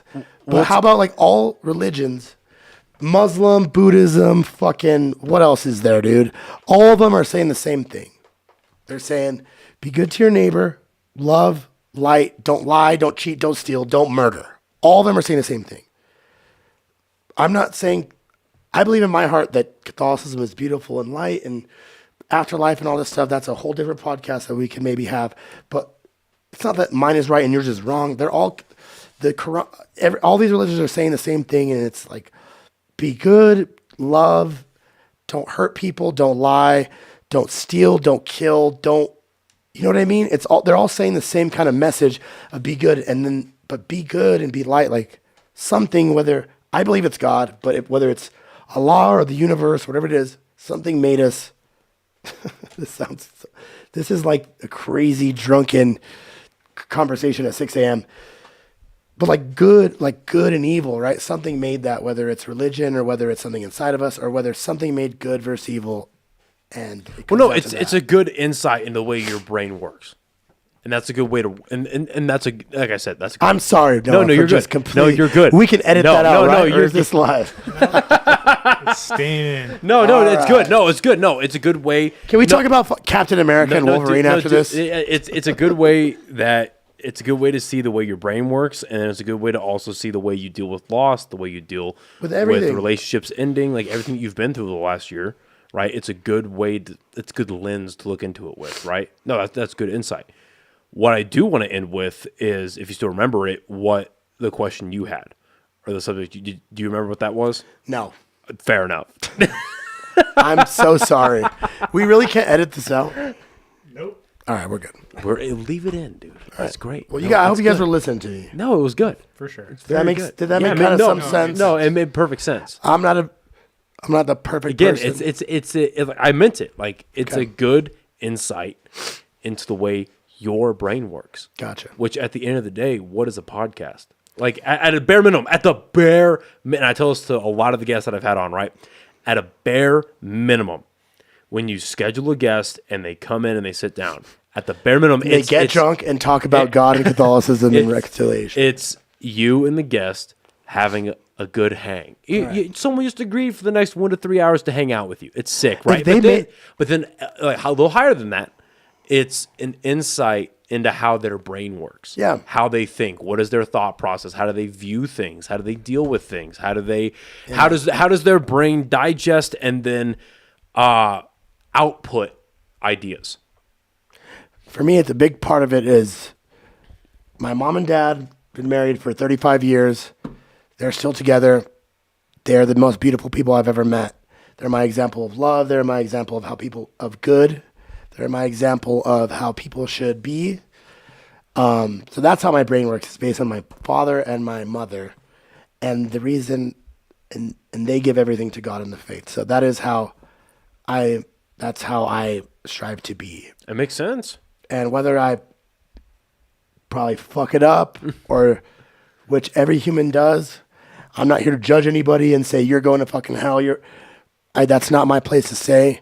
I know I'm not the perfect person. If anybody who's watching this knows that, but we're not trying to be perfect. We're trying to hold ourselves accountable and be better and just strive to be better so that It's a super corny saying, but it's like 1% better every day. Yeah, dude. That's all it is when it boils down. Yeah, so I'm sorry if I just got weird on you. No, that was beautiful. Drunk. No, that was Don't be beautiful. Sorry, it was beautiful. Yeah. Well, Yeah. if anybody made it to this, to 3 hours and 4 minutes of the pod, then you get Nico's Catholic spiel. But Yeah, dude. so, what's your favorite superhero? Captain America? Gay? I will say this. We can wrap it up, dude. If you want. I no, I'm excited for. Well, apparently the new Captain America is going through a lot of reshoots. I'm just excited for the new Deadpool because finally we're seeing Hugh Jackman and Ryan Reynolds together. Dude, so I was Come gonna on wear now, my Wolverine son. shirt, dude. I was gonna. Wolverine's my favorite superhero, dude. My top three super. Are you a superhero nerd guy? Comic Oh yeah, top three. Can we get into this a little bit? yeah. Let's do it. Let's do it. Let's do Are it. you guys done? Are you guys No, tapped no. out? Let's do it. No, let's do it. Let's Come do on. it. Let's run this. Let's run this topic. all right, I need another. We'll end here. We'll end. We'll end after this. Yeah, we'll end with this. Yeah. Okay. Top three for me in no particular order. I'll go Wolverine, Superman, big soups, Smallville, everything, and then a Spider-Man. Those are my top three. Joey. Good top three. Off the top of my head, If you say Captain America, I'm going to interrupt and I'm going to yell. not gonna. I'm going to yell about God, and worry. I'm going to yell about Christ, and I'm going to yell about Captain America. Spider-Man, Iron Man, and then probably either Batman or Superman. I'm kind of caught between the top three. For Okay. this. Between Batman and Superman, pick right now. What the What fuck? kind of superhero though? Like, Just pick. Who can whoop whose ass without kryptonite? obviously Superman. I think personally though, I think Batman's a better superhero like for the people than Superman is. I know, but for the people, Batman's villains are just regular dudes. Love it. But there's so much. Batman's They're way cooler. I don't know, but that's why Batman's badass because his villains are more interesting. I guess you heard that. Batman's villains are just a dude with schizophrenia. Love it. Superman's villains are fucking extraterrestrial, worldly here's- motherfuckers. Okay, so before I get into this conversation, I'll preempt myself as well. So number one is Batman. Number two is Spider-Man. Number three is the Punisher. Ooh, I love what's his name? Frank Castle. He has this podcast with Shia LaBeouf.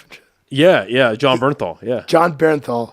Oh no, not the Punisher. The Punisher. Dude. The real ones. yeah. No, dude, Bernthal. John Bernthal, super nice guy. I yeah. met him years ago. Could kill you. Super nice. Kill dude. me too. Dude. So I met him literally a week before. No, yeah, it was a week after he got met announced him? as the Punisher. Yeah. Where at fucking Frontier? No, dude, he was at Sports and Wellness over off of Academy in Wyoming. They were filming Sicario out here. I'd gotten off from a late shift. I went to that gym to go work out. And I'm no shit. I'm working out. Were you wearing your Punisher shirt? And dude? and I see on a bench, I see this guy doing fucking skull crushers. Oh, of course he's doing. Yeah. All right, Noah. Yeah. This isn't Dry Heat Comedy Club, dude. This isn't a bit. I'll show you the picture. I'll show you the picture. He was doing skull crushers. I'll show you the selfie we took. So His dumbbells had skulls on them. he was working. I was like, no shit. He was punishing his tries. And so he got done, and I walked up to him, and I was like, hey, I'm really sorry, but are you John Bernthal? And he was like, yeah. I wonder how many am. people ask him if he's John Bernthal because and I was like, oh nobody shit. And looks but like him. and he took like 5 minutes out of his time, dude, to fucking talk shit about the Punisher. Like we were talking comic books and we are talking like, cause like in Wait, talk shit or like talk like no, about talk the like talk about the Gotcha. Damn, dude. Hold on. Yeah, I'm dumb. The coolest thing, the best thing about this picture is not John Bernthal. It's fucking Noah Vargas. Show the camera, bro. Show the camera. Put the camera on here. It's It's Noah Vargas. No beard, no Hitler stash. With his lime green one corded headphone in. Yeah. That's what you look like, dude? Yeah, dude. You're fucking way more handsome right now. Dude, It's all right. Yeah. So anyway, That's awesome. yeah. So Sorry for he, yelling. no, yeah. So he took time to hang out. We were talking about the Punisher. We were talking about the different comics he was reading. And so the next day, I go shout out Comic Book Warehouse. I go down to Comic Book Warehouse to get my list that I have there, and I talked to Eric, one of the owners, and I was like, dude, you are never gonna guess who I met last night. And he goes, was it John Bernthal? I'm like, motherfucker, how did you know? He goes, well, he came in. Jones. He goes, he came in last week before we opened. Funny enough, he came in on my birthday. And he bought all the Superman comic books. All the Punisher shit, dude. He walked in and he was like, hey, don't tell anybody, but in the next couple of hours, you're going to see a press release about me being the Punisher. Damn. Give me all of your Punisher books that you think are the best ones you have. And he bought like $200 worth of books. That's and this what is that like? and 10 books? No, dude. This is well, okay. So that was They were like 40 cents. that was back in like 2015, I think. So You that's almost said 2007. well, 2000. No, it was like 2015. So that's back when comic books were like $2.99 a piece. So he bought a shit ton of singles, a shit ton of trade paperbacks, and Regardless. yeah. So anyway, super nice guy. Super nice guy. So yeah, the Punishers are Neck tats and crazy looking. well, his neck tats were fake. They were for the movie. They were for the movie he was doing. I thought that was weird that they were neck tats. They weren't neck tats, but they were fake. Like they were like the permanent ones that last like 3 weeks. The hennas. Anyway. Sorry, So dude. Punisher. I'm fucking- So yeah, Punisher's my number 3. Batman's villains. Oh yeah. Let's get back. Yeah. to the So fucking look, shit. listen. Batman's villains recently, you could argue that someone like Darkseid is in his rogues gallery. Not traditional. Batman vs Darkseid. Nothing. He needs Superman to. Yeah, help well, him. because Batman ends up getting killed by Darkseid in Final Crisis, but Batman is the only hero, period. The only Ooh, I hero like this. to ever dodge Darkseid's Omega beams. Interesting. He's the only one. Now, did it get him in the end? Yes, but he's the only one to dodge them. So I guess we can't really do because each one of our top threes But have I had- Marvel and DC in them. but I have to so say- can we compare? Are we compare? Do you want to talk about Marvel first, or do we want to talk about DC, or do we want to talk overall? I will- if we're gonna cross DC, Yeah, to overall, Marvel, I will say, overall, my personal preference is Batman, but the best superhero ever is Superman. I'm sorry, it's Superman. KC baby, Big Daddy. It's I'm on my third run of Smallville right now. Smallville's so good, dude. I'll You know what's cry right funny? now. Dude, Smallville has He- only gotten better with time. Tom Welling, when he signed the deal, he goes, "My one," and this is his first acting job. He goes, "No tights, no flights. I don't want to be." And he had scenes with Christopher Reeves in it. It's a fucking masterpiece, dude. I love it. It's I love only Superman gotten better. because I love. If you hate Superman, you don't know what the fuck you're talking You're about. a communist. Because if you hate Superman, you're fucking Chinese, dude. I'm sorry, or North Korean. That's a better one. Or I'm not gonna say it because there is a black Superman. I'm just kidding. Superman is fucking amazing, dude. Alien, an immigrant from another galaxy, coming here. His biggest fault is his humanity. It's also his biggest strength. Thank you for see. Superman's amazing. I don't want to talk about Batman versus Superman. I love Batman too. As long as nobody said Captain fucking America, dude. Because that guy, and I want this on record. Are we live right now? Can we cut this? This is for record. Captain America is the worst superhero and the worst person I've ever seen in my fucking life. I'd rather have Biden Oh my God. be the leader of the Avengers than Captain America. And I want that clipped right now. Oh my God. Because either of them, they both have the same superpowers What? as a superhero. What? You're so wrong. Every other superhero can beat their ass. Everyone. No. You're so wrong. I'm kind of being silly, but I will open this. I will open this up to you, Noah. Dude, why would Captain America lead a team of superheroes that every one of them can whoop his ass? Okay, first of all, that's not true. Who can Captain America beat on the Avengers? Iron Man. And he has over and over. I know, but maybe in the comics around Civil War or whatever like that. So the source material continue In what world does that make any sense? because he's superhuman by definition. But Iron Man can fly Okay, right, but and can sonic cannon you. right, but Oh, this is the wrong person to talk shit yeah. about Captain America, Oh, I yeah. guess. yeah, okay. I just Don't back him up. You hate him too. Trust me. You hate him too. I don't hate him. He's not in my top 5. He's not top anything. Please. He's not in my top 5. Have my back. But like,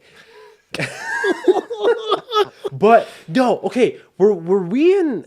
I feel like we were high school going into college when they took away Captain America's super soldier serum. Yes. Right, the dude with the in needle, comics. the needle In the hand. comics? Yeah, so in the comics when they did Sam Wilson becoming Captain America, the Falcon, right? They had this villain. I stopped watching after that. Look it up. Who took away Captain America's powers? Because it was some dude with like needles for hands that literally stabbed. Freddy Krueger, dude. He stabbed Captain America and took away his super soldier serum. It was very strange.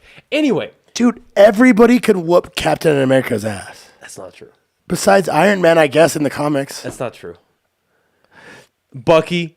But why beaten. why does Captain America get the authority to be in charge of the Avengers when Thor and Hulk can whoop his ass? Okay, here's why. And the best. For Batman, because Batman's the Captain America of DC, and I like Batman way better. No, he's not. No, he's not.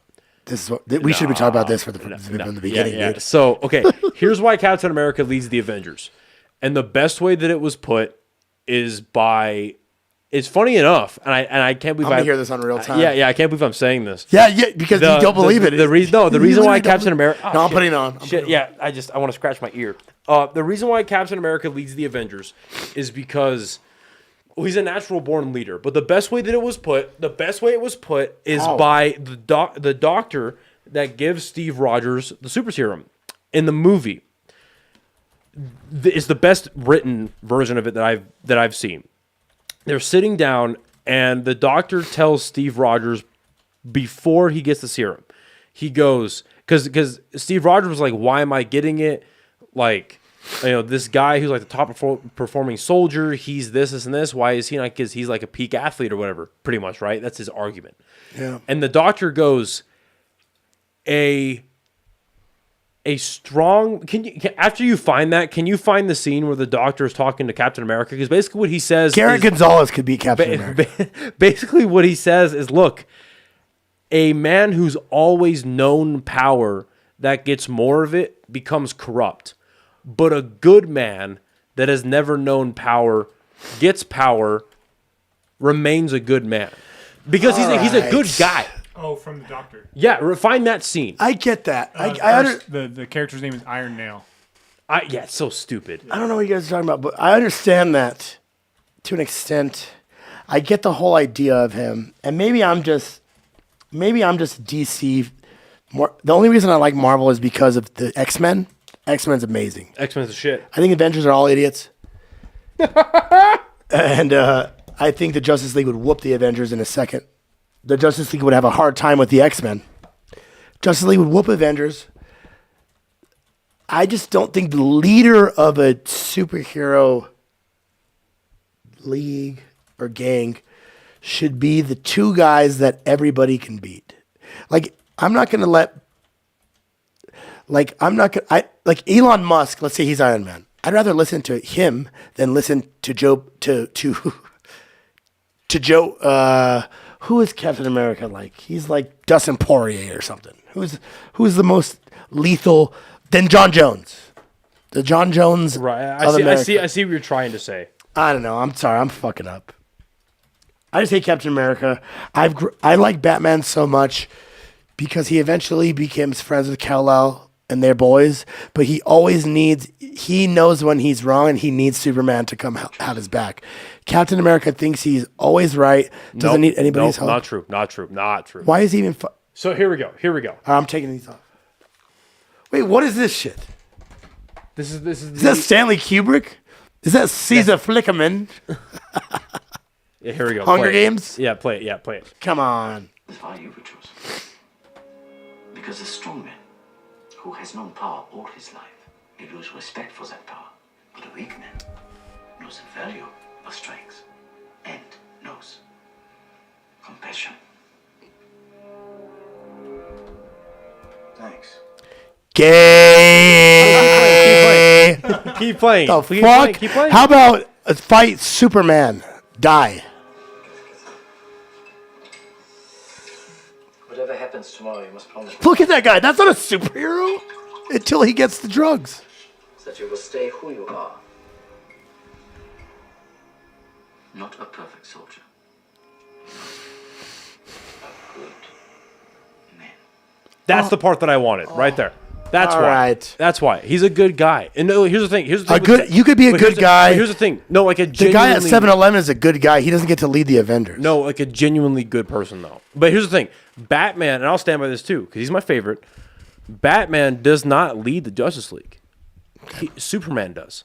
Because Batman Because he's- Well no. And the best line that encompasses this is from Hush.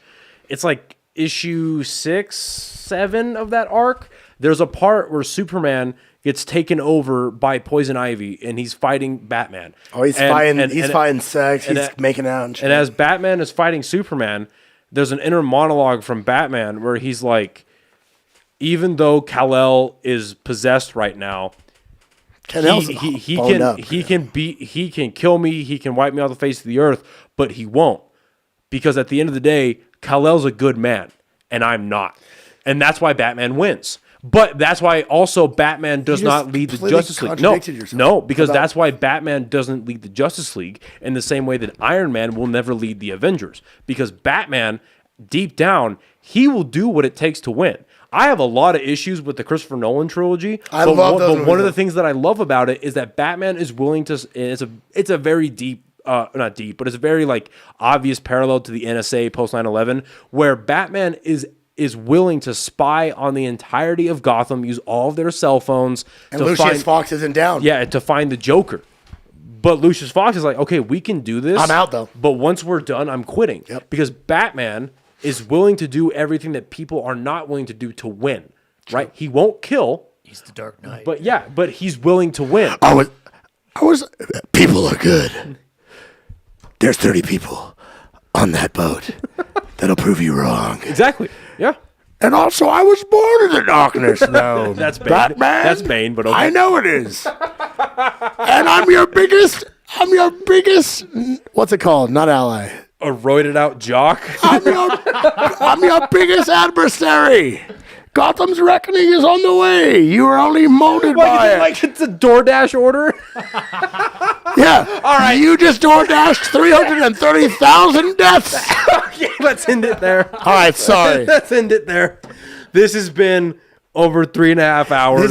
This has been some of the most fun I've had in a long time, Noah. We text a lot. You reach out to me whenever you can, dude, and I appreciate that. This has been some of the most fun I've had. How drunk are we, dude? I don't even know. Not really. This has been some of the most fun I've ever had. Great conversation. If people have gotten to this point, I want them to support you. I will always support you for as long as you do this thing. I hope that this isn't the first time that I'm on this show. Thank you so much for having me, dude. And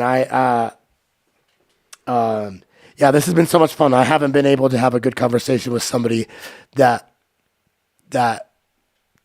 can hang in terms of conversation, in terms of all this stuff, and just cool peeps. Do you guys understand what I'm saying when I say that? Yes, we do. I apologize for getting all No, crazy dude, and this is getting great. Father Neeks, No, but this is thank you great, so much dude. for this opportunity, man. This has been some of the most fun I've had in a long time, and I can't wait to watch this back. And, Same. Same. This is one that I want to watch, and I want to cut a couple clips for. I'm gonna post it on April Fools, dude. I want to cut a couple of clips. This has been really cool, man. Thank you for this opportunity. I hope that we can do it again. I still feel like we will. Like we don't have enough time still. Yeah. I feel like we don't have enough time to get into how gay Captain America is, or about trans people, or anything, or any of that shit. So Yeah, dude, no. shout out you, man. Go ahead. No, this has been a blast, dude. We are going to do this again because we're moving to a new house in February, so we're going to get a new studio. and we're going to build it up. It's going to be great. And this is going to be a recurring thing. Whenever you want me on, I'm in. Let's do it. Shout out OnlyKings, shout out Noah, shout out Joey. I'm not going to call him the producer, but a new friend that I met tonight to listen to me ramble about bullshit. If you haven't known about it, April Fool's podcast, YouTube, Instagram. We'll get back into it, but yeah, keep supporting Noah. He's doing big things. He's important in this Albuquerque podcasting media culture thing. He's important, and if you want to get your shit known, and you want to come out and get heard and have somebody very respectful, very open-minded, very smart interview you, it would be Noah Vargas on OnlyKings. So much love for you, brother, and I appreciate you so much for letting me come on here and fucking cry and get drunk. So I love you too, buddy. This love is you, awesome. Gang, baby. This is the fucking shit. Cheers. Love you to death. Thank you, everyone, for listening and watching, and we will see you next time. Bye, out. everybody.